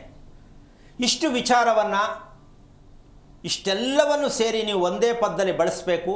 ಏನು ಅಂದರೆ, ಒಂದೇ ಸಮಯ ಅಂತಕ್ಕಂಥದ್ದನ್ನು ಮನೆಯಲ್ಲಿ ಬಳಸೋದೇ ಆದರೆ, ಮಕ್ಕಳಿಗೆ ನೀವು ಕಲಿಸುವುದೇ ಆದರೆ, ಮಕ್ಕಳ ಭವಿಷ್ಯಕ್ಕೆ ನೀವು ಶಾಸ್ತ್ರ ಕೇಳಬೇಕಾಗಿಲ್ಲ. ನೀವು ಕೂಡ ಮಕ್ಕಳೇನಾಗ್ತಾರೆ ಅಂತ ಶಾಸ್ತ್ರ ಕೇಳಬೇಕಾಗಿಲ್ಲ. ಎರಡನೇ ವಿಷಯ ಹೇಳ್ತೀನಿ, ಈ ವಿಚಾರ ಇವತ್ತು ಹೇಳಿದೆ. ಮಕ್ಕಳು ಲವ್ವಲ್ಲಿ ಯಾಕೆ ಸಿಕ್ಕಾಕೋತಾರೆ ಅನ್ನೋದಕ್ಕೆಲ್ಲರೂ ಶಾಸ್ತ್ರ ಹೇಳೋದಕ್ಕಾಗಲಿ ಯಾವ ಜಾಗದಲ್ಲೂ ಆಪ್ಷನ್ಸ್ ಇದೆಯೇನಮ್ಮ? ಇಲ್ಲ ಗುರುಜಿ. ಯಾಕೆ ಮಕ್ಕಳು ಲವ್ವಲ್ಲಿ ಸಿಕ್ಕಾಕೋತಾರೆ ಅನ್ನೋದಕ್ಕೆ ಯಾವುದೇ ಆಧಾರದಲ್ಲಿ ದಯವಿಟ್ಟು ಯಾರು ಆನ್ಸರ್ ಇದ್ದರೆ ಕೊಡಿ, ಸೈನ್ಸಲ್ಲಿ ಕೊಡಿ, ಶಾಸ್ತ್ರ ಹೇಳೋರ ಕೈಲಿ ಕೊಡಿಸಿ, ಅಥವಾ ನೀವೇ ಹೇಳಿ. ಯಾಕೆ ಮಗು ಲವ್ವಲ್ಲಿ ಶಾಸ್ತ್ರ ಕೇಳುವಾಗ ಕೇಳ್ತಾರೆ, ಮಗು ಮುಂದೆ ಏನಾದ್ರು ದಾರಿ ತಪ್ಪುತ್ತಾ ನೋಡಿ ಅಂತ ಕೇಳ್ತಾರೆ. ಅವ್ರಿಗೇನು ಗೊತ್ತು ದಾರಿ ತಪ್ಪೋದು? ಅವ್ರಿಗೆ ಗೊತ್ತಿದ್ರೆ ಯಾಕೆ ಈ ಪ್ರಪಂಚ ಹಿಂಗಾಗ್ತಿತ್ತು? ಮಗು ಮುಂದೆ ದಾರಿ ತಪ್ಪುತ್ತಾ ಅನ್ನೋದಕ್ಕೆ ಕಾರಣ ಏನಪ್ಪ ಅಂದರೆ ಉಸಿರಾಟನೇ ಕಾರಣ, ವಾಸ ಮಾಡುವ ಮನೆಯೇ ಕಾರಣ. ಅದಕ್ಕೆ ವಾಸದ ಮನೆಗೆ, ಮಗುವಿಗೂ ವಾಸದ ಮನೆಗೂ ಸಂಬಂಧ ಏನು ಅಂದರೆ, ಮಗುವಿನ ಜನ್ಮ ನಕ್ಷತ್ರ ಅಂತ ದಯವಿಟ್ಟು ಹೇಳ್ತಾರಲ್ಲ ಈ ಪಂಡಿತರುಗಳು, ಮಗುವಿನ ಜನ್ಮ ನಕ್ಷತ್ರ. ಅಲ್ಲಿ ಏನು ಹೇಳಬೇಕಿತ್ತು ಅಂದರೆ ಮಗುವಿನ ಜನ್ಮ ಸ್ಥಳದ ವಿಚಾರ ಹೇಳಬೇಕಿತ್ತು. ಮಗು ಯಾವ ಮನೆಯಲ್ಲಿ ಹುಟ್ಟುತ್ತೆ ಆ ಮನೆಯ ತಾಪಮಾನದಲ್ಲಿ ಆ ಮಗು ರೆಡಿ ಇರುತ್ತೆ. ಜನ್ಮ ನಕ್ಷತ್ರಕ್ಕೆ ಹೆಸರಿಡಬೇಕು ಅಂತ ಗೊತ್ತು, ಜನ್ಮ ಸ್ಥಳ ಯಾವುದು ಅಂತ ಗೊತ್ತಿಲ್ಲ ಅಂತ ಅಂದರೆ ನೀವೆಷ್ಟು ಬುದ್ಧಿವಂತರು? ಶಾಸ್ತ್ರ ಕೇಳೋರ ಹತ್ರ ಹೋದರೆ ಯಾವ್ದು ಕೇಳಬೇಕಿತ್ತು? ಮಗು ಹುಟ್ಟಿದ ಜಾಗ ಯಾವ ಊರಲ್ಲಿ ಹುಟ್ಟಿದ್ರು, ತಂದೆ ತಾಯಿ ಮದುವೆ ಮಾಡ್ಕೊಂಡು ಜಾಗ ಒಂದು, ಮಗು ಹುಟ್ಟೋ ಜಾಗ ಒಂದು. ಆಗತ್ತಾ ಇಲ್ಲಮ್ಮ? ಹೌದು, ಆಗುತ್ತೆ ಅಲ್ವಾ? ಆಮೇಲೆ ಇನ್ನೊಂದು ಕನ್ಸೀವ್ ಒಂದು ಜಾಗದಲ್ಲಾದರೆ ಡೆಲಿವರಿ ಇನ್ನೊಂದು ಜಾಗದಲ್ಲಿ ಆಗುತ್ತೆ. ಸೊ ಈ ರೀತಿ ಚಿತ್ರ ವಿಚಿತ್ರದಲ್ಲಿ ನಮಗೆ ಗೊತ್ತೇ ಇಲ್ಲ. ಒಂದು ಜಾಗವನ್ನು ಬಿಟ್ಟ ಮೇಲೆ ಆ ಮಗುವಿನ ರಹಸ್ಯ ಆ ಸ್ಥಳದಲ್ಲೇ ಇರುತ್ತೆ ಅಂತಕ್ಕಂತಹ ವಿಚಾರ ನಾವು ತಿಳ್ಕೊಂಡಾಗ ಮಗುವಿನ ಪ್ರತಿಯೊಂದು ವಿಷಯ ನಿಮ್ಗೆ ಅರ್ಥ ಆಗತ್ತೆ. ಆ ಮನೆ ವಾತಾವರಣ ಹೇಗಿತ್ತು, ನಾವು ಹೆಂಗಿದ್ವು ಅಂತ ಹೇಳ್ಕೊಂಥ ವಿಚಾರ. ಅದಕ್ಕೋಸ್ಕರವಾಗಿ ಇಷ್ಟೆಲ್ಲ ಉದಾಹರಣೆಗಳನ್ನು ನೀವು ತಿಳ್ಕೋಬೇಕು ಅಂತಕ್ಕಂಥ ಆಸಕ್ತಿ ನಿಮ್ಮಲ್ಲಿದ್ದರೆ, ಒಂದೇ ಸಮಯವನ್ನು ಬಳಸ್ತಕ್ಕಂತಹ ವಿಚಾರಕ್ಕೆ ಬಂದರೆ ಅವತ್ತು ನಮ್ಮ ಮನಸ್ಸು ತಣ್ಣಗಾದಾಗ ಮನೆ ತಣ್ಣಗಾಗತ್ತೆ. ಮನೆ ಮತ್ತು ಮನಸ್ಸು ಎರಡನ್ನೂ ತಣ್ಣಗೆ ಮಾಡ್ತಕ್ಕಂಥ ರೀತಿಯಲ್ಲಿ ನಾವು ಬದುಕಬೇಕು ಅಂದಾಗ ನಮಗೆ ಭಗವಂತ ಪ್ರತ್ಯಕ್ಷವಾಗಿ ಕಾಣಿಸ್ತಾರೆ ಅಂತ ನೀವೆಲ್ಲ ತಿಳ್ಕೊಬಹುದು. ಇದೀಗ ತುಮಕೂರಿನಿಂದ ಸುಜಾತ ಅಂತ ಹೇಳಿ ಕರೆ ಮಾಡಿದ್ದಾರೆ. ನಮಸ್ಕಾರ ಸುಜಾತ. ನಮಸ್ತೆ ಮೇಡಮ್. ಯಾರ ಬಗ್ಗೆ ಕೇಳಬೇಕಾಗಿತ್ತು ಹೇಳಿ? ಮಗನ ಬಗ್ಗೆ ಕೇಳಬೇಕು. ಮಗನ ನಕ್ಷತ್ರ ತಿಳಿಸಿ. ರೋಹಿಣಿ ನಕ್ಷತ್ರ. ಗುರುಗಳಿದ್ದಾರೆ, ಮಾತನಾಡಿ. ಹಲೋ, ಹರಿ ಓಂ ಗುರುಗಳೇ. ನಾರಾಯಣ. ಹೇಳಿಮ್ಮ, ಎಷ್ಟು ವಯಸ್ಸು ನಿಮ್ಮ ಮಗನಿಗೆ? ಮಗನ್ಗೆ ಈಗ 29 ಕಂಪ್ಲೀಟ್ ಆಯ್ತು ಗುರುಗಳೇ, ಮೊನ್ನೆ ಜುಲೈ 11ಕ್ಕೆ. ಓಕೆ, ಏನು ಕೇಳಬೇಕಿತ್ತು? 30 ವರ್ಷ. ಅವನ ಬಗ್ಗೆ ಅದೇ ಅವ್ರ ರಾಶಿ ನಕ್ಷತ್ರ ತಿಳ್ಕೊಬೇಕಾಗಿತ್ತು ಸ್ವಲ್ಪ. ಮತ್ತೆ ಹಿಂಗೆ ಒಂದು ಎಂಗೇಜ್ಮೆಂಟ್ ಆಗಿತ್ತು, ಎಂಗೇಜ್ಮೆಂಟ್ ಕ್ಯಾನ್ಸಲ್ ಆಯ್ತು. ಅವನ ಬಗ್ಗೆ ಅದೇ ನಕ್ಷತ್ರ ಲಗ್ನ ತಿಳ್ಕೊಬೇಕಾಯ್ತಾ ಒಂದ್ ಸ್ವಲ್ಪ ನಮ್ ಮಾತ್ ಕೇಳಲ್ಲ ಸ್ವಲ್ಪ. ನೀವು ನಿಮ್ಮ ಕಡೆಯಿಂದ ಮದುವೆ ಎಂಗೇಜ್ಮೆಂಟ್ ಕ್ಯಾನ್ಸಲ್ ಆಗಿದ್ದು ಹುಡುಗಿ ಕಡೆಯಿಂದ ನಿಮ್ಮ ಕಡೆಯಿಂದನಾ? ಇಬ್ಬರ ಕಡೆಯಿಂದನೂ ಆಯ್ತು ಗುರುಗಳೇ. ಯಾಕೆ? ಬೇಗ ಮಾತುಕತೆ ಆಗಿ ಅವರು ನಮಗ್ ಟೈಮೇ ಕೊಡ್ಲಿಲ್ಲ, ಫಾಸ್ಟ್ ಆಗಿ ಎಲ್ಲ ಮೂವ್ ಮಾಡ್ಬಿಟ್ಟು ಹುಡ್ಗಿಗೂ ಹುಡ್ಗನ್ಗೆ ಅಂಡರ್ಸ್ಟ್ಯಾಂಡಿಂಗ್ ಬರ್ಲಿಲ್ಲ. ಅವರು ಬೇಡ ಅಂದ್ರು, ನಾವು ಬೇಡ ಅಂತ ಸ್ಟಾಪ್ ಮಾಡಿದ್ವಿ. ಹುಡುಗಿ ನಕ್ಷತ್ರ ಗೊತ್ತಾ? ಒಂದೇ ತಿಂಗಳಿಗೆ ಗುರುಗಳೇ. ಹುಡುಗಿ ನಕ್ಷತ್ರ ಗೊತ್ತಾ? ಹುಡುಗಿ ನಕ್ಷತ್ರ ಪುನರ್ವಸು ನಕ್ಷತ್ರ ಹುಡುಗಿದು. ಓಕೆ. ನಿಮ್ಮ ಮಗ ಕೆಲಸದಲ್ಲಿ ಇದ್ದಾನಾ? ಗುರುಗಳೇ ಕೆಲಸದಲ್ಲಿ ಬ್ಯಾಂಕಲ್ಲಿ ಇದ್ದಾನೆ, ಬ್ಯಾಂಕಲ್ಲಿ ಮ್ಯಾನೇಜರ್ ಆಗೋನು. ಈಗ ನಿಮ್ಮ ಮಗ ಏನು ಹೇಳ್ತಾನೆ? ಬೇಜಾರು ಮಾಡ್ಕೊಂಡಿದ್ದಾನಾ ಅಥವಾ ಬೇರೆ ನೋಡಿದ್ರೆ ಆಯ್ತು ಅಂತ ಸುಮ್ಮನೆ ಇದ್ದಾನ? ಬೇರೆ ನೋಡ್ವಿ ಅಂತ ಹೇಳ್ತಾನೆ, ಆದ್ರೆ ಯಾವ್ದು ಅವ್ನ ಮೈಂಡ್ ಕಂಟ್ರೋಲ್ ಇಲ್ಲ. ಒಂದ್ಸಲಿ ಆಡಿದ್ ಮಾತು ಇನ್ನೊಂದ್ಸಲಿ ಆಡೋದಿಲ್ಲ ಗುರುಗಳೇ. ನಿಮ್ಮ ಮಗನೇ ತಾನೇ ಅವನು? ನಮ್ಮ ಮಗನೇ, ಆದ್ರೆ ನಮ್ಮ ಹಾಗೆ ತಂದೆ ತಾಯಿಯನ್ನ ಗೌರವ ಇಲ್ಲ. ಅದನ್ನೇ ಹೇಳ್ತಾ ಇದ್ದೀನಿ. ಯಾಕೆ ತಿಳ್ಕೊಳ್ಳಿಲ್ಲ ನೀವು? ಒಂದು ನಿಮಿಷ ಅಮ್ಮ ಕೇಳಿಸ್ಕೊಳ್ಳಿ. ನಿಮ್ಮ ಮಗ ನಿಮ್ಮ ಮಾತು ಕೇಳ್ತಾ ಇಲ್ಲ ಅಂದರೆ ನಿಮ್ಮ ಮಗನೇ ಆಗಿರಬೇಕಾಗಿತ್ತು ಅಂತ ನೀವು ಅನ್ಕೋಬೇಕಿತ್ತು. ನಿಮ್ಮ ಮಗ ಆಗಿಲ್ಲ ಅವನು. ಬೇಜಾರಾಯ್ತಾ? ಅರ್ಥ ಆಯ್ತಾ? ಅರ್ಥ ಆಗ್ತಾ ಐತೆ. ಅವಂದ್ರೆ ನಮ್ದು ಏನ್ ಕರ್ಮನ ಕರ್ಮ ಅಲ್ಲಮ್ಮ. ಒಂದು ನಿಮಿಷ ಕೇಳಿಸ್ಕೊಳ್ಳಿ. ಈ ಅಪ್ಪ ಅಮ್ಮ ಇದೊಂದೇ ಹೇಳೋದು, ನಮ್ದೇನು ಕರ್ಮನೋ ಇಂಥ ಮಗು ಹುಡ್ತು. ನಿಮ್ಮ ಕರ್ಮ ಅಲ್ಲ ರೀ ಅದು, ನೀವು ತಿಳ್ಕೊಳ್ಳೋದಿರೋದೇ ಕರ್ಮ. ಅದೇ ಗುರುಗಳೇ, ನಾವು ತಿಳ್ಕೊಳ್ಳೋಕ್ಕೆ ಪ್ರಯತ್ನನೇ ಪಟ್ಟಿಲ್ಲ. ಓಕೆ. ಈಗ ನಿಮ್ಮ ಮನೆಯಲ್ಲಿ ನಿಮ್ಮ ತಂದೆ ಏನು ಮಾಡ್ತಾರೆ? ನಮ್ಮ ತಂದೆಯವರು ಊರಲ್ಲಿ ಇದ್ದಾರೆ. ಏನು ಮಾಡೋದು? ಅವರು ವ್ಯವಸಾಯ ಮಾಡ್ತಾರೆ. ಅಂದ್ರೆ ಏಜ್ ಆಗಿದೆ, ಏನು ಮಾಡಲ್ಲ, ಮಾಡ್ತಾರೆ. ಈಗ ವ್ಯವಸಾಯ ಯಾರು ಮಾಡ್ತಾರೆ? ಈಗ ತೋಟ ಎಲ್ಲ ನಮ್ಮ ತಮ್ಮರು ನೋಡ್ಕೊಂತಾರೆ. ಓಕೆ. ಎಷ್ಟು ಜನ ತಮ್ಮಂದ್ರೆ ನಿಮ್ಗೆ? ಒಬ್ರೇ ತಮ್ಮ, ಹೆಣ್ಮಕ್ಳು 4 ಜನ ನಾವು ಗುರುಗಳೇ. ಓಕೆ. ನಿಮ್ಮ ತಮ್ಮನ ಬಗ್ಗೆ ನೀವು ಏನು ಅಭಿಪ್ರಾಯ ಕೊಡ್ತೀರಾ? ತುಂಬಾ ಚೆನ್ನಾಗಿ ಆರೋಗ್ಯವಾಗಿ ಶ್ರೀಮಂತವಾಗಿದ್ದಾನೆ ಅಂತನಾ? ಇಲ್ಲ ಗುರುಗಳೇ, ಸಾಧಾರಣ. ಅಂದ್ರೆ ಅವ್ನ ಹೆಲ್ತ್ನು ಚೆನ್ನಾಗಿಲ್ಲ, ಅವನ್ಗೇನ್ ಅಂತ ಲೈಫ್ ಚೆನ್ನಾಗಿಲ್ಲ. ಈಗ ಲೆಕ್ಕ ಹಾಕೊಳ್ಳಿ, ನಿಮ್ಮ ತಂದೆ ಆಸ್ತಿ ಮಾಡಿದ್ದಾರೆ ಅಂತ ನೀವೇನು ಹೇಳ್ತೀರೋ ಆ ಆಸ್ತಿಯ ಮೂಲ ನಿಮ್ಮ ತಮ್ಮ ಸುಖ ಅನುಭವಿಸೋಕ್ಕಾಗಿಲ್ಲ. ಹೌದು ಗುರುಜಿ. ಸೋದರ ಮಾವ ಏನು ಅನುಭವಿಸ್ತಾನೋ ಅದನ್ನ ನಿಮ್ಮ ಮಗ ಅನುಭವಿಸ್ಬೇಕು. ಅರ್ಥ ಆಯ್ತಾ? ಅರ್ಥ ಆಯ್ತು. ಈಗ ನಿಮ್ಮ ತಮ್ಮನ ವಿಚಾರ ನಿಮಗೆಲ್ಲ ಗೊತ್ತಿದ್ದ ಮೇಲೂ ನಿಮಗೆ ಗಂಡು ಮಗು ಆದಮೇಲೆ ನನ್ನ ತಮ್ಮ ಈ ರೀತಿ ಅನುಭವಿಸ್ತಾ ಇದ್ದಾನೆ, ಸೋದರ ಮಾವನಿಗೂ ನನ್ನೊಟ್ಟೆ ಹುಟ್ಟಿದ ಮಗನಿಗೂ ಸಂಬಂಧ ಇದೆ ಅಂತ ಗೊತ್ತಿಲ್ವಾ ನಿಮಗೆ? ಗೊತ್ತಿಲ್ಲ ಗುರುಗಳೇ. ನೋಡಿ, ಈಗ ಕರ್ಮ ಅಂತಿರಲ್ಲ. ಮಗು ಹುಟ್ಟಿದ ರೋಹಿಣಿ ನಕ್ಷತ್ರ, ಸೋದರ ಮಾವನಿಗೆ ಕಂಟಕ, ತಂದೆ ತಾಯಿಗೆ ತಾತ ಅಜ್ಜಿಗೆ ಕಂಟಕ ಇದೆ. ಅವರಿಂದ ಈ ಮಗುವನ್ನು ಬಿಡಿಸ್ಕೋಬೇಕು, ಬಂಧದಿಂದ ಬಿಡಿಸಿ ನಮ್ಮ ಮಗುವನ್ನು ಮಾಡ್ಕೋಬೇಕು ಅಂತ ನಿಮ್ಗೆ ಅರ್ಥ ಆಗಿಲ್ಲ. ಚಿನ್ನದ ಉಂಗುರವನ್ನು ಸೋದರ ಮಾವನ ಕೈಯಲ್ಲಿ, ಅಂದರೆ ಈ ಮಗುವಿನಿಂದ ಸೋದರ ಮಾವನಿಗೆ ಚಿನ್ನದ ಉಂಗುರ ಹಾಕಬೇಕು. ಸೋದರ ಮಾವ ಮಗುಗೆ ಬಟ್ಟೆ ಕೊಡಬೇಕು. ಇದು ಮಾಡಬೇಕಾಗಿದ್ದಂತಹ, ನೀವು ನಾಮಕರಣ ಅಂತ ಮಾಡಿದ್ರಲ್ಲ, ಆವಾಗ ಮಾಡಬೇಕಾಗಿದ್ದದ್ದು. ಹುಡುಗ ಸೋದರ ಮಾವನಿಗೆ ಉಂಗುರ ಹಾಕಬೇಕು. ನೀವು ನಿಮ್ಮ ಕಡೆಯಿಂದ ಅವನಿಗೆ ಬಟ್ಟೆ ಕೊಡಬೇಕು, ಹಾಕೊಳ್ಳೋಕ್ಕೆ ಹೊಸ ವಸ್ತ್ರಗಳನ್ನ ಕೊಡಬೇಕು. ಅಲ್ಲ ಗುರುಗಳೇ, ಹುಡುಗ ಹಾಕ್ಬೇಕಾ ಸೋದರ ಮಾವ ಹಾಕ್ಬೇಕಾ ಉಂಗುರ? ಸೋದರ ಮಾವನಿಗೆ ಮಗು ಕೈಲಿ, ನಿಮ್ಮ ಮಗನ ಕೈಲಿ ಹಾಕ್ಸಿ. ಅವರು ಬಟ್ಟೆ ಕೊಡ್ಬೇಕು. ಹೌದು. ಸರಿ. ಇದು ವಿಚಾರ. ಇದನ್ನ ಮಗು ಹುಟ್ಟಿದ ನಾಮಕರಣ ಮಾಡುವಾಗ ಮಾಡಬೇಕಾಗಿದ್ದಂತ ಸಂದರ್ಭ. ಈಗ ಎರಡನೇ ವಿಷಯಕ್ಕೆ ಬರ್ತೀನಿ. ನೀವು ಸ್ನಾನ ಮಾಡೋದು ಎಷ್ಟೊತ್ತಿಗೆ ಅಮ್ಮ? ಬೆಳಿಗ್ಗೆ 8 ಗಂಟೆಗೆ ಮಾಡ್ತೀನಿ. 8-8:15 9 ಆಗ್ಬೋದು. ಆಗ್ಬೋದು. ಯಾಕೆ ಅಷ್ಟೊಂದು ಸಮಯ? ಅದೇ ಬಾಗಿಲು ತೊಳೆದು ಒಂದ್ ಸ್ವಲ್ಪ ಎಲ್ಲರೂ ಡ್ಯೂಟಿಗೆ ಹೋಗೋಕೆ ಅವ್ರಿಗೆಲ್ಲ ಕಲಿಸಿ ಮಾಡಿ. ಬಾಗಿಲು ತೊಳೆಯೋದು ಬೆಳಗ್ಗೆನಾ ರಾತ್ರಿನಾ ಸಂಜೆನಾ? ಬೆಳಿಗ್ಗೆ ಎದ್ದಿದ ತಕ್ಷಣ ಬಾಗಿಲು ತೊಳೆದು ಸ್ನಾನ ಮಾಡಿದೆ ಬಾಗಿಲು ತೊಳೆಯೋದು. ಎಂಥ ಅದ್ಭುತವಾದ ವಿಷಯ ತಿಳ್ಕೊಂಡಿದ್ದೀರಮ್ಮ. ಹೆಂಗಸು ಮಲಗಿದ್ದ ಹಾಸಿಗೆಯಿಂದ ಎದ್ದು ಬಂದು ಸ್ನಾನ ಮಾಡದೆ ಹೊಸಲು ದಾಟ್ತೀನಿ ಅಂದರೆ ಒಳ್ಳೆ ಮಕ್ಕಳು ಎಲ್ರಿ ಹುಡ್ತಾರೆ, ನಿಮಗೆಲ್ರಿ ನೆಮ್ಮದಿ ಸಿಗತ್ತೆ. ಇಂಥ ಕರ್ಮದಲ್ಲೂ ಬದುಕಬೇಕಾ? ಸ್ನಾನ ಮಾಡದೆ ಹೊಸಲು ದಾಟ್ಬಹುದಾ? ಸ್ವಲ್ಪ ಯೋಚನೆ ಮಾಡಿಯೇ ತಾಯಿ. ಹಾಂ, ಹಿಂಗೆ ತಪ್ಪು ಗೊತ್ತಾಗಿಲ್ದೇ ಮದುವೆನೂ ಆಯಿತು, ಮಕ್ಕಳು ಆಯಿತು. ಈ ಥರ ಪರದಾಟಕ್ಕೆ ನೀವು ಶಾಸ್ತ್ರ ಕೇಳ್ತೀರಾ ಮುಂದೇನು ಮಾಡಬೇಕು ಅಂತ. ಏನು ಮಾಡೋದು ತಾಯಿ? ನಿಮ್ಮ ಮಗನಿಗೆ ಯಾವ ಕಾರಣಕ್ಕೂ ಮದುವೆ ಆದರೂ ಕೂಡ ದಾಂಪತ್ಯ ಚೆನ್ನಾಗಿರಲ್ಲಮ್ಮ. ನೀವು ಎಷ್ಟು ಮದುವೆ ಮಾಡಿದ್ರು ಮನಸ್ಥಿತಿನೇ ಚೆನ್ನಾಗಿಲ್ಲ ಅವನಿಗೆ. ನಿಮ್ಮ ದಿನಚರಿ ಚೆನ್ನಾಗಿಲ್ಲ ನೀವು ಗಂಡ ಹೆಂಡ್ತಿದ್ದು. ಇನ್ನು ಒಳ್ಳೆ ಮಗು ಹೆಂಗ್ರಿ ಬರ್ತದೋ? ಹೌದ್ ತಾನೆ? ಮತ್ತೆ ಯಾಕೆ ಈ ರೀತಿ? ಈಗ ನೋಡಿ, ಈಗ ನಿಮ್ಮ ಮಗ ಈಗ ನಿಮಗೆ ಎಂಥ ಪನಿಷ್ಮೆಂಟ್ ಕೊಡ್ಬೇಕು ಯೋಚನೆ ಮಾಡಿ. ಅವ್ನಿಗೆ ಏನಾದ್ರು ಗೊತ್ತಾದರೆ ಅಪ್ಪ ಅಮ್ಮನ ಕತೆ ಏನು ಮಾಡ್ಬೋದು ಮಕ್ಕಳು? ಯೋಚನೆ ಮಾಡಿ. ಮಕ್ಕಳಿಗೆ ಮದುವೆ ಮಾಡಬೇಕು ಅನ್ನೋ ಸೆನ್ಸ್ ಗೊತ್ತು, ಮಕ್ಕಳನ್ನ ಚೆನ್ನಾಗಿ ಬೆಳೆಸ್ಬೇಕು, ಮಕ್ಕಳ ಬಗ್ಗೆ ತಿಳ್ಕೋಬೇಕು ಅನ್ನೋ ಪ್ರಜ್ಞೆ ತಂದೆ ತಾಯಿಲಿಲ್ಲ ಅಂದರೆ ಹೇಗೆ ಅರ್ಥ ಇದು? ಹಾಂ, ಎಷ್ಟು ಮದುವೆ ಮಾಡ್ತೀರಾ ಹಂಗಂತ ಇವನಿಗೆ?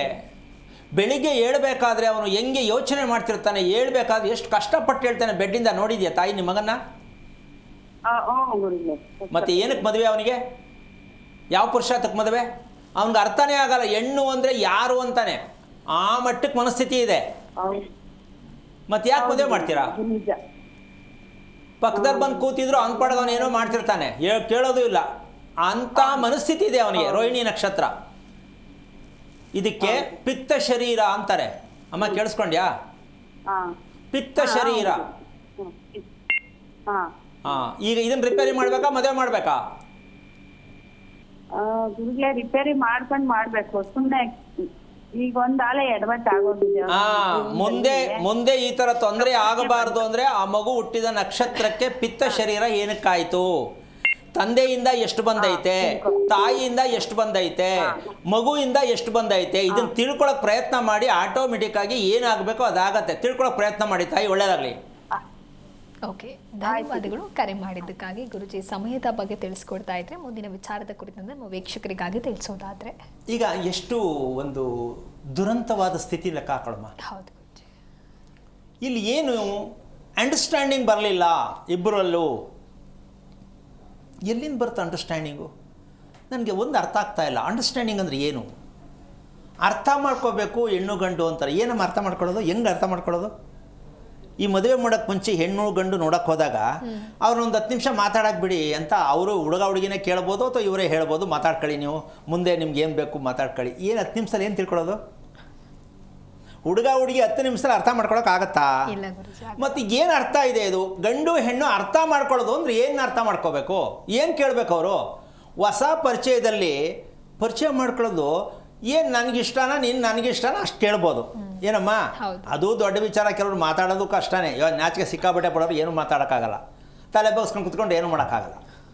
ಇನ್ನು ಜೋರಾಗಿ ಮಾತಾಡಿದ್ರೆ ಈಗಲೇ ಇಷ್ಟೊಂದು ಜೋರಾಗಿ ಮಾತಾಡ್ತಾಳೆ, ಮುಂದೆ ಹೆಂಗೆ ಅಂತ ಅದಕ್ಕೂ ಎದ್ಕೊಂಡ್ಬಿಡ್ತಾನೆ ಹುಡುಗ.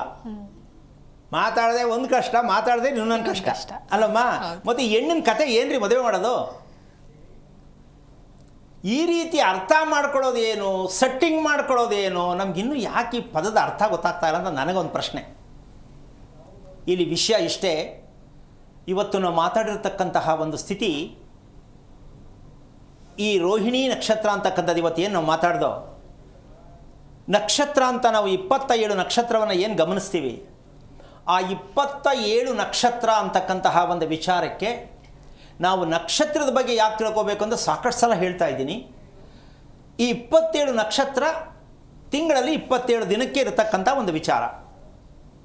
27 ದಿನ 27 ನಕ್ಷತ್ರ. ಏನಕ್ಕೆ ಇದನ್ನು ಕೊಟ್ಟರು ಅಂದರೆ ಹೆಣ್ಣಿಗಾಗೆ ಸೃಷ್ಟಿಯಾಯಿತು ನಕ್ಷತ್ರ. ಅದರಲ್ಲಿ ವಿಶೇಷ ರೋಹಿಣಿ ಅನ್ನೋ ಹೆಂಡತಿ ಚಂದ್ರನಿಗೆ ತುಂಬ ಇಷ್ಟ. 27 ಹೆಂಡತಿಯರಲ್ಲಿ ರೋಹಿಣಿ ಅನ್ನೋ ಹೆಂಡತಿ ಚಂದ್ರನಿಗೆ ತುಂಬ ತುಂಬ ಇಷ್ಟ. ಅದಕ್ಕೆ ರೋಹಿಣಿ ನಕ್ಷತ್ರ ಹುಟ್ಟಿದವರು ಮಾನಸಿಕ ರೋಗಿಗಳಾಗಿರ್ತಾರೆ. ಹೆಣ್ಣಾಗಲಿ ಗಂಡಾಗಲಿ, ಓನ್ಲಿ ಡ್ರೀಮ್ಸ್, ನೋ ಲೈಫ್. ಬರೇ ಕೂತಿರಲಿ ಯೋಚನೆ, ನಿಂತಿರಲಿ ಯೋಚನೆ, ಎಲ್ಲಿ ಕರ್ಕೊಂಡೋಗ್ಲಿ ಯೋಚನೆ. ಸಮುದ್ರ ನೋಡಬೇಕು, ಕಾಡು ನೋಡಬೇಕು, ಕಾಡೊಳಗಡೆ ಇರಬೇಕು, ಮೇಲ್ಗಡೆ ಟಾಪ್ ಇಲ್ದಿರೋ ಗಾಡೀಲಿ ಹೋಗಬೇಕು. ಒಂಥರ ವಿಚಿತ್ರ ವರ್ತನೆ ಅವ್ರದ್ದು. ಹಾಗಾಗಿ ಈ ರೀತಿಯಾಗಿರ್ತಕ್ಕಂತಹ ಹುಚ್ಚು ಮನಸ್ಥಿತಿ ರೋಹಿಣಿ ನಕ್ಷತ್ರಕ್ಕೆ ಇರುತ್ತೆ. ಅಂದರೆ ಮದುವೆ ಹೇಗೆ ಮಾಡ್ತೀರಾ, ಹೆಣ್ಣಾಗಲಿ ಗಂಡಾಗಲಿ, ಈ ಹುಚ್ಚು ಎಲ್ಲಿಂದ ಬರುತ್ತೆ? ತಂದೆ ತಾಯಿಯಿಂದ ಬರುತ್ತೆ. ಹಾಗಾಗಿ ನಾವು ಪ್ರತಿಯೊಂದಕ್ಕೂ ಅರ್ಥ ಮಾಡಿಕೊಂಡು ಬದುಕಬೇಕು ಅಂದರೆ ದಯವಿಟ್ಟು ಮದುವೆ ಮಾಡಿಕೊಂಡು ಕಟ್ಟಾಗೋದು, ವಿಚ್ಛೇದನಕ್ಕೆ ಹೋಗೋದು, ಎಂಗೇಜ್ಮೆಂಟಾಗಿ ನಿಂತೋಗೋದು, ಮಾತುಕತೆಯಾಗಿ ನಿಂತೋಗೋದು, ಇವೆಲ್ಲ ದೋಷ ಅಂದ್ಕೊಂಡು ನಮ್ಮ ಕರ್ಮ ಅಂದ್ಕೊಂಡು ದಯವಿಟ್ಟು ಅನ್ಕೋಬೇಡಿ. ದೇಹಸ್ಥಿತಿ ಮನಸ್ಥಿತಿಯನ್ನು ಅರ್ಥ ಮಾಡ್ಕೊಳ್ಳದೆ ಈ ರೀತಿ ಆಗ್ತಕ್ಕಂಥದ್ದು ವಿಚಾರ ಬಿಟ್ಟು ಯಾವುದೋ ಕರ್ಮ ಅಲ್ಲ, ತಿಳ್ಕೊಳ್ಳೋಕೆ ಪ್ರಯತ್ನ ಮಾಡಿ. ಓಕೆ, ಕರೆ ಇದೆಯಾ? ಹಾ ಗುರುಜಿ, ಒಬ್ರು ಸುನೀತಾ ಅಂತ ಹೇಳಿ ಚಿತ್ರದುರ್ಗದಿಂದ ಕರೆ ಮಾಡಿದ್ದಾರೆ. ನಮಸ್ಕಾರ. ನಮಸ್ಕಾರ, ಧ್ವನಿ ಕೇಳಿಸ್ತಾ ಇದೆಯಾ ಸುನೀತಾ? ಸುನೀತಾ, ವಾಯ್ಸ್ ಕೇಳಿಸ್ತಾ ಇದೆಯಾ? ಓಕೆ, ಸಂಪರ್ಕ ಸಾಧ್ಯವಾಗ್ತಾ ಇಲ್ಲ. ಗುರುಜಿ ತಿಳಿಸ್ಕೊಡ್ತಾ ಇದ್ರಿ ದೇಹಸ್ಥಿತಿ ಹಾಗೆ ಮನಸ್ಥಿತಿ. ಈಗ ಈ 27 ನಕ್ಷತ್ರ 27 ದಿನ ಅಂತ ಏನಕ್ಕೆ ಲೆಕ್ಕಾಚಾರಕ್ಕೆ ಬರುತ್ತೆ ಅನ್ನೋ ಒಂದು ಪಕ್ವತೆ ನಮಗೆ ಬೇಕಾಗತ್ತೆ ಅಂದರೆ, ಹೆಣ್ಣಿಗೆ ಈ ಋತುದೋಷ ಅಂತಕ್ಕಂಥದ್ದು ಯಾವ ಹೆಣ್ಣಲ್ಲೂ ಇಲ್ಲ ಅಂತ ಹೇಳಂಗಿಲ್ಲಮ್ಮ. ಏನೋ ಒಂದು ಸಮಸ್ಯೆ ಇದ್ದೇ ಇರುತ್ತೆ. ಟೈಮ್ ಸರಿಗೆ ಆಗಲ್ಲ, ಹಿಂದೆ ಮುಂದೆ ಆಗತ್ತೆ, ಆದಾಗ ತೊಂದರೆ ಆಗತ್ತೆ. ಇದು ಸಾಮಾನ್ಯವಾಗಿ ಕಂಪಲ್ಸರಿ ಇದೆ ಅಂತ ಅಂದ್ಕೊಂಡಿದ್ದೀನಿ. ಏನು ಹೇಳ್ತೀಯಮ್ಮ? ಇದೆ ಗುರುಜಿ. ಹೌದಾ? ಅದ್ರಲ್ಲಿ ಇರಬಹುದೇನೋ ಕೆಲವರು ಓಕೆ. ಇಲ್ಲಿ ಈ ಋತುದೋಷಗಳು ಬಂದ ಮೇಲೆ ನಾವು ಮಾವಿನಹಣ್ಣಿನ ಸೀಸನ್ನಲ್ಲಿ ಮಾವಿನಹಣ್ಣು ತಿಂದರೆ ರುಚಿ. ಹೌದು. ಯಾವಾಗಲೂ ಸಿಗುತ್ತೆ ಸ್ವಾಮಿ, ತಿಂತೀವಿ ಅಂದರೆ ಅದು ಮಾವಿನಹಣ್ಣಿನ ರೀತಿ ನಮಗೆ ಪರಿಮಳ ಬರಲ್ಲ. ಮಾವಿನಹಣ್ಣು ಅಂತ ತಿನ್ನುವುದಷ್ಟೇ. ಹೌದು. ಹಾಗೆ 27 ದಿನಕ್ಕೆ ಕರೆಕ್ಟು ಒಂದು ಹುಡುಗಿ ತಿಂಗಳ ರಜೆ ಆಗ್ತಕ್ಕಂತಹ ಅದೃಷ್ಟವಂತೆ ಇದ್ದರೆ ನಮ್ಮ ಭಾರತ ದೇಶದಲ್ಲಿ 27 ದಿನ ಕರೆಕ್ಟಾಗಿ ಪ್ರತಿ ತಿಂಗಳು ಆಗ್ತಕ್ಕಂಥ ಋತು ಆಗ್ತಕ್ಕಂಥ ವಿಚಾರ ಇದ್ದರೆ ಅವಳಿಗೆ ಸ್ವರ್ಗ ಸಿಕ್ಕತ್ತೆ, ನೆಮ್ಮದಿ ಸಿಕ್ಕತ್ತೆ, ಮಹಾಲಕ್ಷ್ಮಿ ಆಗಿರ್ತಾಳೆ, ದೈವ ಸ್ವರೂಪ ಆಗಿರ್ತಕ್ಕಂಥ ಹೆಣ್ಣಾಗಿರ್ತಾಳೆ. ಈ ವಿಚಾರನ ತಗೊಂಡ್ರೆ ಎಷ್ಟರ ಮಟ್ಟಕ್ಕೆ ನಾವು ಯೋಚನೆ ಮಾಡಿದ್ರೆ ಇದು ಸಿಗಲಿಕ್ಕೆ ತುಂಬ ಅಪರೂಪ. ಯಾಕಾಗಲ್ಲ? ಎಲ್ಲ ಹೆಣ್ಣು ಮಕ್ಕಳು ಕರೆಕ್ಟ್ ಟೈಮ್ಗೆ ಯಾಕಾಗಲ್ಲ? ಅದರಿಂದ ತೊಂದರೆಗಳು ಯಾಕೆ? ಸೊಂಟ ನೋವು, ಬೆನ್ನು ನೋವು, ಸಿಕ್ಕಾಪಟ್ಟೆ ಬೇಜಾನು ಇರುತ್ತೆ. ಇದೆಲ್ಲ ಏನು ಕಾರಣ ಬರುತ್ತೆ ಅಂದರೆ, ಇವತ್ತು ಹೇಳಿದ್ವಿ ನಾವು, ಒಂದು ಊಟ ಒಂದೇ ಸಮಯದಲ್ಲಿ ನಡೀತಕ್ಕಂಥದ್ದು. ಅಂದರೆ ಒಂದೇ ಊಟ ಅಂತಲ್ಲ, ಊಟ ಮತ್ತು ನಿದ್ದೆ ಒಂದೇ ಸಮಯದಲ್ಲಿ ಯಾವ ಹೆಣ್ಣು ಇದನ್ನು ಸ್ವೀಕಾರ ಮಾಡ್ತಾಳೋ ಆ ಹೆಣ್ಣಿಗೆ ಪ್ರತಿ ತಿಂಗಳು ಋತು 27 ದಿನಕ್ಕೆ ಆಗುವಂಥ ಮಟ್ಟಕ್ಕೆ ನಿಲ್ಲಿಸ್ಕೊಂಡಿದ್ದ ಪಕ್ಷದಲ್ಲಿ ಒಳ್ಳೆಯ ಜ್ಞಾನವಂತ ಮಗು ಪಡಿಬೋದು. ಸಾಧ್ಯ ಇದೆಯಾ? ಸ್ವಲ್ಪ ಯೋಚನೆ ಮಾಡಬೇಕು. ಸಾಧ್ಯ ಆಗಿದೆಯಾ? ಯಾಕೆ? ಸಮಯ ಇಲ್ಲ, ನಮ್ಮ ಟೈಮ್ ಇಲ್ಲ, ಕೆಲಸಕ್ಕೆ ಹೋಗಬೇಕು, ಸಂಪಾದನೆ ಮಾಡಬೇಕು, ಇದರ ಮೇಲೆ ಹೋಗ್ತೀವಿ ಹೊರತು ನಮ್ಮ ದೇಹ ಏನಾಗಿದೆ? ಸಂಪಾದನೆ ಮಾಡಿದ ಮೇಲೆ ಚೆನ್ನಾಗಿರೋ ಗಂಡ ಸಿಗಲ್ಲ, ಚೆನ್ನಾಗಿರೋ ಮಗು ಆಗಲ್ಲ, ಮತ್ತು ಸಂಪಾದನೆ ತಗೊಂಡು ಯಾರು ಕೊಡ್ತೀರಾ? ಪ್ರಶ್ನೆ ತಾನೇ ಇದು. ಹೌದು ಗುರುಜಿ. ಇದನ್ನು ಪ್ರತಿಯೊಬ್ಬರು ತಿಳ್ಕೊಂಡ್ರೆ ತುಂಬ ಒಳ್ಳೆಯದು ಅಂತ ಅನ್ಕೋತೀನಿ. ಕಾರಣ ಏನಪ್ಪ ಅಂದರೆ, ನಾವು ಹುಡುಕ್ತಾ ಹೋಗ್ತೀವಿ, ಹುಡುಕಬಾರ್ದು. ಈಗ ಕರೆ ಇದೆಯಾ? ಇಲ್ಲ ಗುರುಜಿ. ನಾವು ಒಂದನ್ನು ತಿಳ್ಕೊಬೇಕಾಗತ್ತೆ. ಏನು? ಯಾವುದೇ ಒಂದು ವಿಷಯದಲ್ಲಿ ಬೇಜಾರು ಮಾಡಿಕೊಂಡು ಕೋಪ ಮಾಡಿಕೊಂಡು ಏನು ಹಿಂಗೆ ಹೇಳ್ತಾ ಇದ್ದಾರಲ್ಲ, ಹೆಂಗೆ ಸಾಧ್ಯನಾ? ನಾವು ಬದುಕಬಾರ್ದಾ? ಕೂಲಿ ಮಾಡಬಾರ್ದಾ? ಕೆಲಸಕ್ಕೆ ಹೋಗಬಾರ್ದಾ? ಏನೋ ಹಲವಾರು ರೀತಿ ಕಾರಣಗಳನ್ನ ಹೇಳ್ತಕ್ಕಂತಹವರಿಗೆ ಒಂದು ತಿಳ್ಕೋಬೇಕು ನೀವು. ಹಾಗಿದ್ದ ಮೇಲೆ ಬದುಕಿವು ಅಂತಕ್ಕಂಥದ್ದು ಸಂಪಾದನೆ ಮಾಡೋಕ್ಕೆ ನಾವು ಹುಟ್ಟಿದ್ದೀನಿ ಅಂತಕ್ಕಂಥದ್ದು ನಿಮ್ಮ ಮನಸ್ಸಲ್ಲಿದ್ದರೆ ಈ ಮದುವೆ ಮಗು ಅನ್ನೋದಕ್ಕೆ ದೂರ ಇರಬೇಕು. ನಿಮ್ಮ ಮನಸ್ಸಲ್ಲಿ ನಮ್ಮ ಸಂಪಾದನೆ ಬಿಟ್ಟು ಇನ್ನೇನೂ ಇಲ್ಲ ಅಂತಕ್ಕಂಥದ್ದು ಇವತ್ತು ಪಾಠಶಾಲೆಯಲ್ಲಿ ಮಗುಗೆ ಸಿಗೋದೇನಪ್ಪ ಅಂದರೆ, ಪಾಠಶಾಲೆಯಲ್ಲಿ ಮಗುಗೆ ಏನು ಸಿಗುತ್ತೆ ಹೇಳು? ಸಂಪಾದನೆ ಮಾಡೋಕ್ಕೆ, ಕೆಲಸ ತಗೊಳ್ಳೋಕೆ ಏನು ಬೇಕೋ ಅದು ಪಾಠಶಾಲೆಯಲ್ಲಿ ಸಿಗ್ತಾ ಇದೆ. ಅದಕ್ಕೆ ಇವತ್ತು ಪಾಠಶಾಲೆ ವಿಚಾರದಲ್ಲಿ ಯಾವ ಕಾರಣಕ್ಕೂ ಯಾರಿಗೂ ನೆಮ್ಮದಿ ಸಿಗ್ತಾ ಇಲ್ಲ ಅನ್ನೋದು ಈ ಮೂಲಕ ನೀವೆಲ್ಲ ತಿಳ್ಕೋಬೇಕು. ಈಗ ಸರಿ ಗುರುಜಿ, ಸುನೀತಾ ಸಂಪರ್ಕದಲ್ಲಿದ್ದಾರೆ. ನಮಸ್ಕಾರ ಸುನೀತಾ. ನಮಸ್ತೆ ಮೇಡಮ್. ಯಾರ ಬಗ್ಗೆ ಕೇಳಬೇಕಾಗಿತ್ತು ಹೇಳಿ? ನನ್ನ ಬಗ್ಗೆನೇ ಕೇಳಬೇಕು. ನೀವು ನಕ್ಷತ್ರ ತಿಳಿಸಿ. ಪೂರ್ವಾಷಾಢ ನಕ್ಷತ್ರ, ಷಷ್ಠಿ ತಿಥಿ, ಶುಕ್ರವಾರ ಹುಟ್ಟಿದ್ದೀನಿ. ಗುರುಜಿ ಇದ್ದಾರೆ, ನಿಮ್ಮ ಪ್ರಶ್ನೆ ಅಂತ ಹೇಳಿ. ಹಲೋ, ನಮಸ್ತೆ ಗುರುಜಿ. ನಾರಾಯಣ, ಏನು ಓದಿದ್ಯಾ ಅಮ್ಮ? ನಾವು SLC ಓದಿದ್ದೀವಿ ಗುರುವೆ. ಏನು ನಕ್ಷತ್ರ ನಿಂದು? ಪೂರ್ವಾಷಾಢ ನಕ್ಷತ್ರ. ಓಕೆ, ಎಷ್ಟು ವರ್ಷ ಆಯ್ತು ಮದುವೆ ಆಗಿ? 25 ವರ್ಷ ತುಂಬಿ 26ನೇ ರನ್ನಿಂಗ್ ನಡೀತಾ ಇದೆ ಗುರುಗಳೇ. ಯಾವ ವಾರ ಮದುವೆ ಆಗಿದ್ದು? ಬುಧವಾರ ಗುರುವೆ. ನೀವು ಹುಟ್ಟಿದ್ದು? ಶುಕ್ರವಾರ ಗುರು. ಓಕೆ, ಏನಾಗಬೇಕಿತ್ತಮ್ಮ? ಏನಿಲ್ಲ, ಪದೇ ಪದೇ ಆರೋಗ್ಯ ನನಗೆ ತೊಂದರೆ ಆಗ್ತದೆ ಇದ್ದಕ್ಕಿದ್ದಂಗೆ. ಯಾವಾಗ ಗೊತ್ತಾಯ್ತು ಆರೋಗ್ಯ ಕೆಡ್ತಾ ಇದೆ ಅಂತ? ಈ ಒಂದು ತಿಂಗಳಿಂದ ಆ ತರ ಆಗ್ತಿದೆ ಗುರು. ಅದಕ್ಕೆ ಮುಂಚೆ ಎಲ್ಲ ಚೆನ್ನಾಗಿದ್ರಾ? ಚೆನ್ನಾಗಿದ್ದೆ ಗುರು. ಓಕೆ, ನಿಮಗೆ ಮಂಡಿ ನೋವಿದೆಯಾ, ಇಮ್ಡಿ ನೋವಿದೆಯಾ? ಮಂಡಿ ನೋವು ಸ್ವಲ್ಪ. ಇದು ಯಾವಾಗ ಬಂತು? ಹೆವಿ ಕೆಲಸ ಮಾಡಿದಾಗ ಜಾಸ್ತಿ ಭಾರ ಏನನ್ನ ಒತ್ತೆ ಆ ತರ ಒಂದು ಇಯರ್ ಇಂದ ಈ ತರ ಇದೆ, 1 ವರ್ಷದಿಂದ. ಅದಕ್ಕೆ ಮುಂಚೆ ಎಲ್ಲ ಚೆನ್ನಾಗಿದ್ರಾ? ಚೆನ್ನಾಗಿದೆ, ಚೆನ್ನಾಗಿ ಕೆಲಸ, ಮನೆ ಕೆಲಸ ಎಲ್ಲ ಮಾಡ್ತಿದ್ದೆ ಎಲ್ಲ. ಈ 1 ವರ್ಷದಿಂದ ಆರೋಗ್ಯದ ಪದೇ ಪದೇ ಒಂದಿನ ಚೆನ್ನಾಗಿದ್ರೆ 1 ವಾರ ಚೆನ್ನಾಗಿರಲ್ಲ, ಹಂಗ ಮಲಗ್ಕೊಂಡ್ಬಿಡೋದು ಇದ್ದಕ್ಕಿದ್ದಂಗೆ. ಸರಿ ಆಯ್ತು, ಕಾಲು ನೋವು ಏನಕ್ಕೆ ಬಂತು ಅಂತ ಏನಾರು ಹೋಗಿ ತಿಳ್ಕೊಂಡಿದ್ದೀರಾ? ಇಲ್ಲ ಗುರು. ಅದ್ರ ಪಾಡ್ಗೆ ಅದು ಮಾಮೂಲಿ ಬರುತ್ತೆ ಹೋಗುತ್ತೆ ಅನ್ಕೊಂಡ್ರಿ. ಅದೇ ಆ ತರ ಅನ್ಕೊಂಡ್ರು. ಓಕೆ, ನಿಮ್ಮ ಉಸಿರಾಟ ಕರೆಕ್ಟಾಗಿದೆ. ನನಗೆ ಒಂದೊಂದು ಸಲ ಒಂದು ಸ್ವಲ್ಪ ಚೂರು ಹಿಡ್ದಂಗೆ ಆಗುತ್ತೆ, ನೋವು ಬರುತ್ತೆ ಅಂತಕ್ಕಂಥ ಗೊತ್ತಾಗತ್ತಾ? ಕರೆಕ್ಟಾಗಿದೆ ಅನ್ಸುತ್ತಾ? ಇಲ್ಲ ಆ ತರ ಆಗುತ್ತೆ, ಹಿಡ್ಕೊಂಡಂಗ ಆಗೋದು, ಉಸಿರಾಟ ಸರಿಯಾಗಿ ಆಗ್ತಾ ಇಲ್ಲ. ಈಗ ಇದು ಇವರ ತಾಯಿ ಹೊಟ್ಟೆಯಲ್ಲಿ ಹುಟ್ಟಿದಾಗ ಬಂದಿರುವಂತಹ ವಿಚಾರ ಇದು. ಈ ಅಮ್ಮ ಅವರಮ್ಮನ ಹೊಟ್ಟೆಯಲ್ಲಿ ಇದ್ರಲ್ಲ, ಅದಕ್ಕೊಂದು ಸಣ್ಣ ಉದಾಹರಣೆ ಕೊಡ್ತೀನಿ. ಆ ಹೊಟ್ಟೆಲಿದ್ದಾಗ ಆ ಮಗು ಇತ್ತು ಅಂತ ನಿಮ್ಗೆ ಹೆಂಗೆ ಗೊತ್ತಾಗತ್ತೆ? ಉದಾಹರಣೆ ಬೇಕಲ್ಲ. ಕೆಲವು ಮಕ್ಕಳು ಕಂಪ್ಲೀಟಾಗಿ ಅಳಲ್ಲ, ಬ್ರೇಕ್ ಮಾಡಿ ಅಳ್ತವೆ.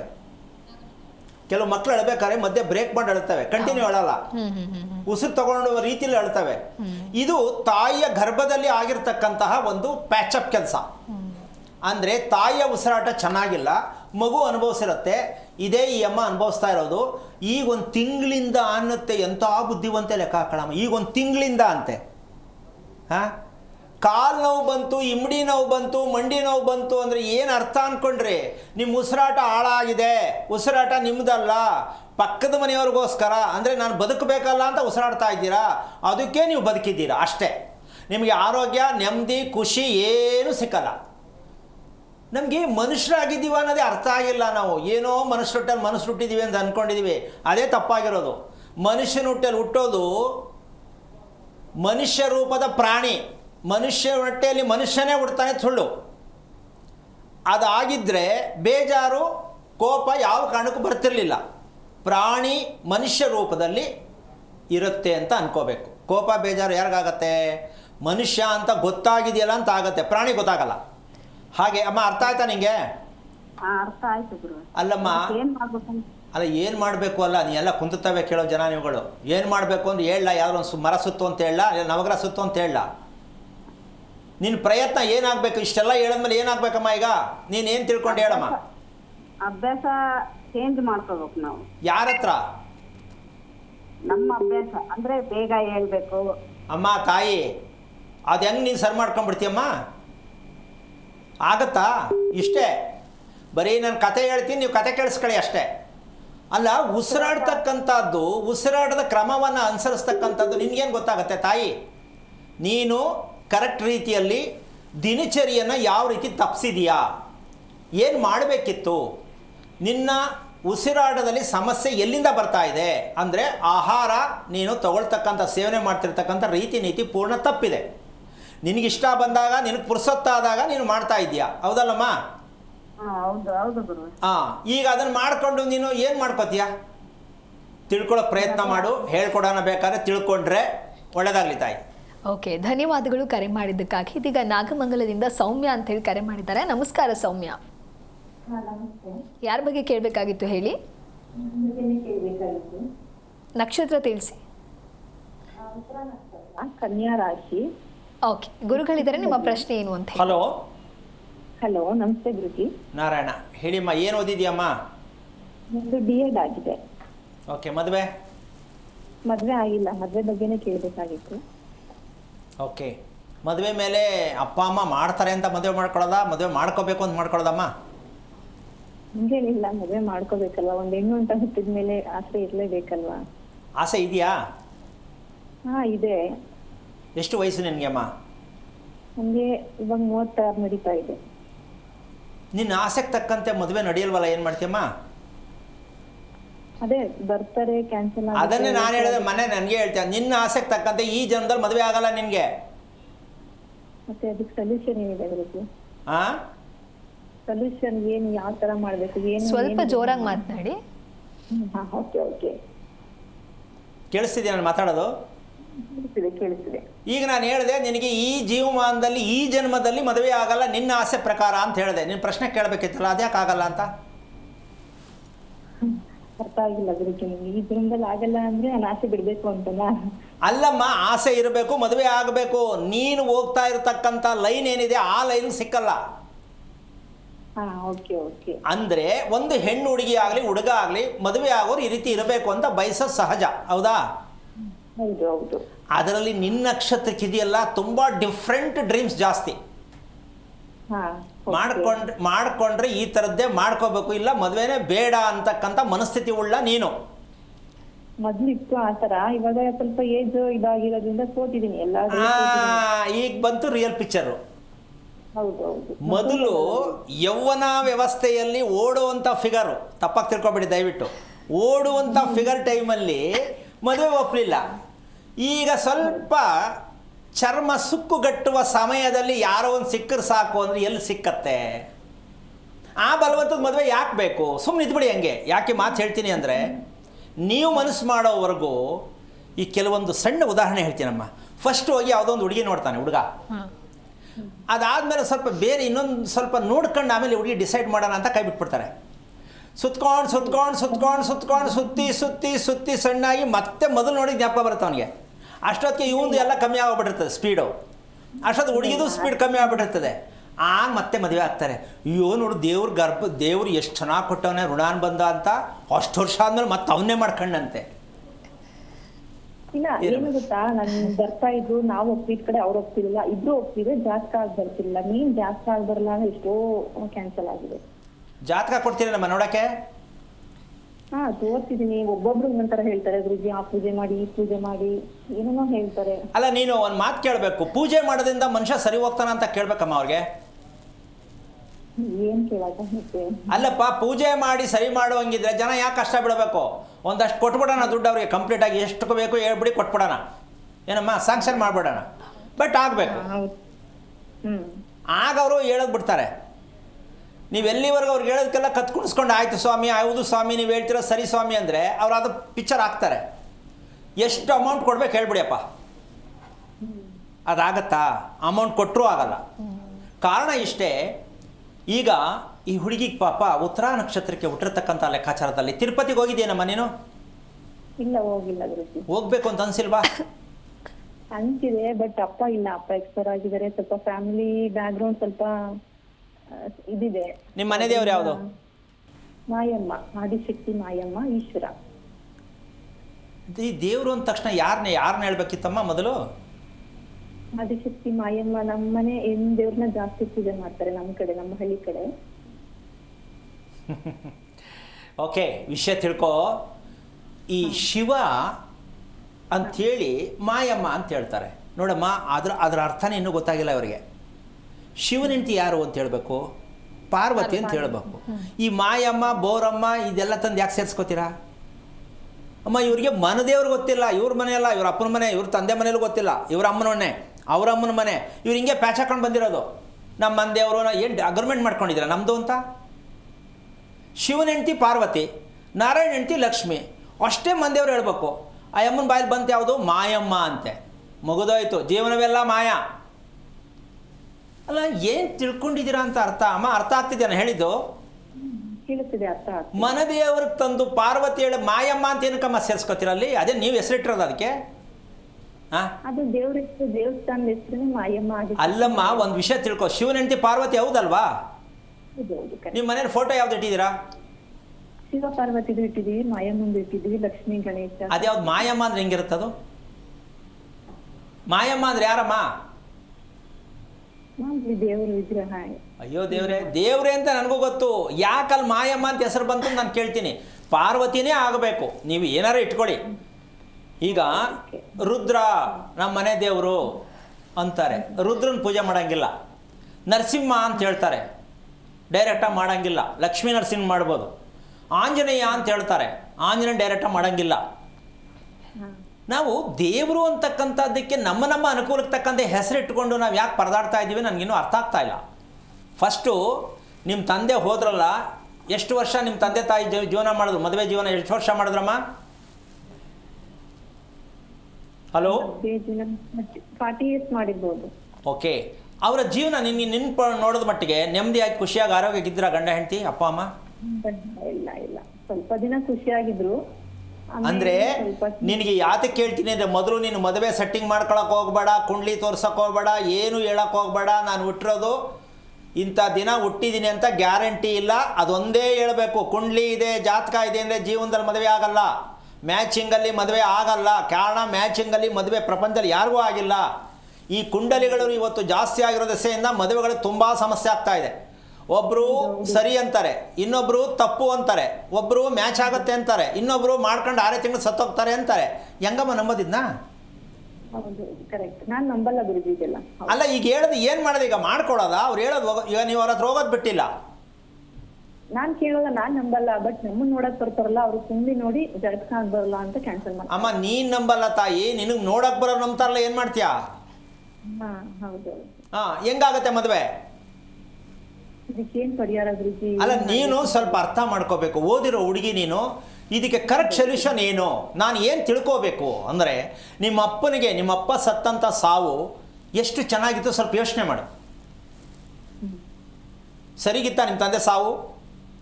ಸರಿಗಿತ್ತು, ತೋರಿಸಿದ್ವಿ, ಚೆನ್ನಾಗಿದೆ ಟೈಮ್ ಅಂತ ಹೇಳಿದ್ರು.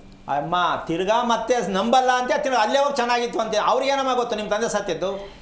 ನಿಮ್ಮ ತಂದೆ ಯಾವ ವಿಚಾರದಲ್ಲಿ ಸತ್ತಿದ್ದು, ಪ್ರಾಣ ಹೋಗಿದ್ದು? ಆಕ್ಸಿಡೆಂಟ್ ಆಗಿತ್ತು ಅವರಿಗೆ. ಸರಿನಾ? ಅದು ಆಕ್ಸಿಡೆಂಟ್ ಆಗಿ ಸರಿನಾ? ಆಕ್ಸಿಡೆಂಟ್ ಆಗಿ ಒಂದು 15 ವರ್ಷ ಚೆನ್ನಾಗೇ ಒಂದು ನಿಮಿಷ ಅಮ್ಮ, ಆಕ್ಸಿಡೆಂಟ್ ಆಗಿದ್ದೇ ಒಂದು ಕಾರಣ ಬಂತು. ಹೌದೌದು. ಈ ಆಕ್ಸಿಡೆಂಟ್ ಏನಕ್ಕಾಯಿತು ಅಂತಕ್ಕಂಥ ವಿಷಯ ತಿಳ್ಕೊಳ್ಬೇಕಾಗಿದ್ದ ವಿಚಾರ ನೀವು ಮಾಡ್ಕೊಂಡಿದ್ರೆ ಸಾಕಾಗಿತ್ತು. ಪುರೋಹಿತರ ಹತ್ರ ಹೋಗ್ಬಿಟ್ಟು ಸತ್ತ ಟೈಮ್ ಚೆನ್ನಾಗಿದೆಯಾ, ಹುಟ್ಟಿದ ಟೈಮ್ ಚೆನ್ನಾಗಿದೆಯಾ ಅಂತ ಕೇಳ್ತಿಲ್ಲ. ಅವ್ರಿಗೇನಮ್ಮ ಗೊತ್ತು ಚೆನ್ನಾಗಿದೆ ಚೆನ್ನಾಗಿಲ್ಲ ಅಂತ? ಅದು ಪ್ರಪಂಚ ಇಲ್ಲ ಕಣಮ್ಮ. ಅವಾಗಿಂದ ನಾವಿನ್ನ ಚಿಕ್ಕ ಮಕ್ಳಲ್ವಾ ನಮ್ಗೆ. ಅಲ್ಲ, ಈಗಲೂ ಅದನ್ನೇ ಈಗಲೂ ಅದನ್ನೇ ನಂಬ್ಕೊಂಡು ಕೂತಿದ್ಯಲ್ಲ ನೀನು. ಇದನ್ನೆಲ್ಲ ಬಿಟ್ಟು ಫಸ್ಟು ಸಲಹೆ ತಗೋ. ಏನು ನಾನು ಏನು ಮಾಡಿದ್ರೆ ನನ್ನ ಆರೋಗ್ಯ ಎಷ್ಟು ಮಟ್ಟಿಗೆ ಸರಿ ಮಾಡ್ಕೊಂಡಿದ್ದೀನಿ? ನಿನಗೆ ಕುತ್ತಿಗೆ ಭಾಗ, ಬೆನ್ನಿನ ಭಾಗ ಅಂದರೆ ಶೋಲ್ಡರ್ ಭಾಗ, ಯಾವುದ್ರಲ್ಲಿ ಯಾವ ಭಾಗದಲ್ಲಿ ನಿನಗೆ ನೋವು ಕಾಣಿಸುತ್ತೆ? ಕುತ್ತಿಗೆ ಭಾಗ. ಈಗ ಕುತ್ತಿಗೆ ಅಂತಕ್ಕಂಥದ್ದು ನವಗ್ರಹಗಳು ಅಂತ ಪೂಜೆ ಮಾಡ್ತೀವಿ ನಾವು. ಈ ನವಗ್ರಹ ಪೂಜೆ ಮಾಡಿಸ್ಬೇಕು ಅಂತ ಮಾಡಿಸ್ತೀವಿ. ಇವಾಗ ಕುತ್ತಿಗೆ ಭಾಗ ಏನಕ್ಕೆ ಬರುತ್ತೆ ಅಂದರೆ, ಬೆನ್ನು ಸೆಂಟ್ರ್ ಪಾಯಿಂಟ್, ಬೆನ್ನಿನ ಮೂಳೆಯಲ್ಲಿ ಇಡೀ ದೇಹದ ಶಕ್ತಿ ಅಡಕವಾಗಿದೆ. ಈಗ ಯಮ್ಮನಿಗೆ ಇದೇ ಸಮಸ್ಯೆ ಆಗಿದೆ. ಇದನ್ನು ಸರಿ ಮಾಡಿಕೊಳ್ಳದೆ ಮನಸ್ಸು ಚೆನ್ನಾಗಿರಲ್ಲ, ಉಸಿರಾಟ ಚೆನ್ನಾಗಿರಲ್ಲ, ಒಂದೇ ರೀತಿ ಮನಸ್ಸಿರಲ್ಲ. ಇದನ್ನು ಎಜುಕೇಷನ್ ಯಾರೂ ಹೇಳಿಲ್ಲ. ಅರ್ಥ ಆಯ್ತಮ್ಮ ನಿನಗೆ? ಆಗ್ತಿದೆ. ಫಸ್ಟು ನೀನು ಮಾನಸಿಕವಾಗಿ, ಫಿಸಿಕಲಿ, ಮೆಂಟಲಿ ಸರಿ ಹೋಗ್ಬೇಕಾ ಬೇಡ? ಹೌದು, ಸರಿ ಹೋಗ್ಬೇಕು. ಅದು ಸರಿ ಮಾಡ್ಕೊ. ಆಮೇಲೆ ಅದಕ್ಕೊಂದು ವಿಚಾರ ಇದೆ, ಅದನ್ನು ಇಲ್ಲಿ ಓಪನ್ ಆಗಿ ನಾನು ಮಾತಾಡೋಕ್ಕಾಗಲ್ಲ. ಒಂದೇ ಒಂದು ಸುಳ್ಳು ಹೇಳು, ಎಲ್ಲ ರಿಪೇರಿ ಆಗತ್ತೆ. ಒಂದೇ ಸುಳ್ಳು ಹೇಳಬೇಕು, ದಿನಕ್ಕೊಂದು ಸುಳ್ಳು ಹೇಳಬಾರ್ದು. ಯಾಕೆಂದ್ರೆ ಒಬ್ರು ಹೇಳಿ ಇಟ್ಬಿಟ್ಟವ್ರೆ ಅಳಬ್ರು, 1000 ಸುಳ್ಳು ಹೇಳಿ ಮದುವೆ ಮಾಡು ಅಂತ. ಏನಮ್ಮ ಗನಮಾರಿ ಸುಳ್ಳು ಹೇಳ್ಬಿಟ್ರು. ಅಳಬ್ರು ಹೇಳಿರೋದು 1000 ಸುಳ್ಳು ಹೇಳ್ಬೇಕಂತೆ. ಹಾಗೆ ನೀನು ಒಂದು ಸುಳ್ಳು ಹೇಳು. ಆ ಒಂದು ಸುಳ್ಳು ಯಾವುದು ಅಂತ ನಾನು ಇಲ್ಲಿ ಹೇಳೋಕ್ಕಾಗಲ್ಲ. ಯಾಕೆಂದರೆ ಸುಳ್ಳು ಹೇಳಿದೆ ಮದುವೆ ನಡೆಯಲ್ಲ. ಲವ್ ಮಾಡಿದ್ರು ಸುಳ್ಳು ಹೇಳಬೇಕು, ಲವ್ ಮಾಡದೇ ಸುಳ್ಳು ಹೇಳಬೇಕು. ಆ ಸುಳ್ಳು ಯಾವುದು ಅನ್ನೋದನ್ನು ನೀನು ಬಂದರೆ ನೇರವಾಗಿ ಹೇಳ್ಕೊಡೋಣ. ಹಾಗಂತ ಅದು ನಿನ್ನ ಜೀವನಕ್ಕೆ ಒಂದು ದೊಡ್ಡ ಫೌಂಡೇಶನ್ ಆಗುತ್ತೆ ಸುಳ್ಳು.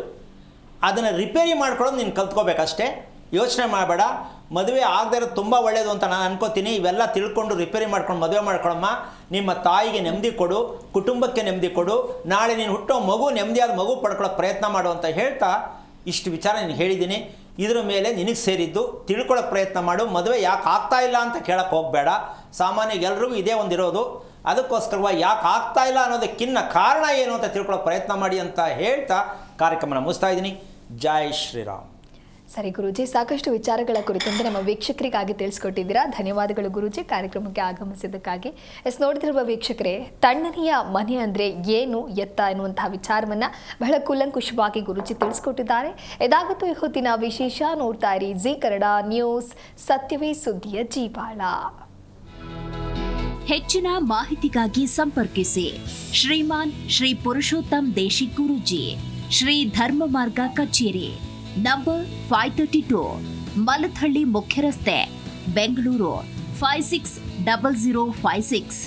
ಸಂಪರ್ಕಿಸಿ 9148639933, 8618915231, 91082588834.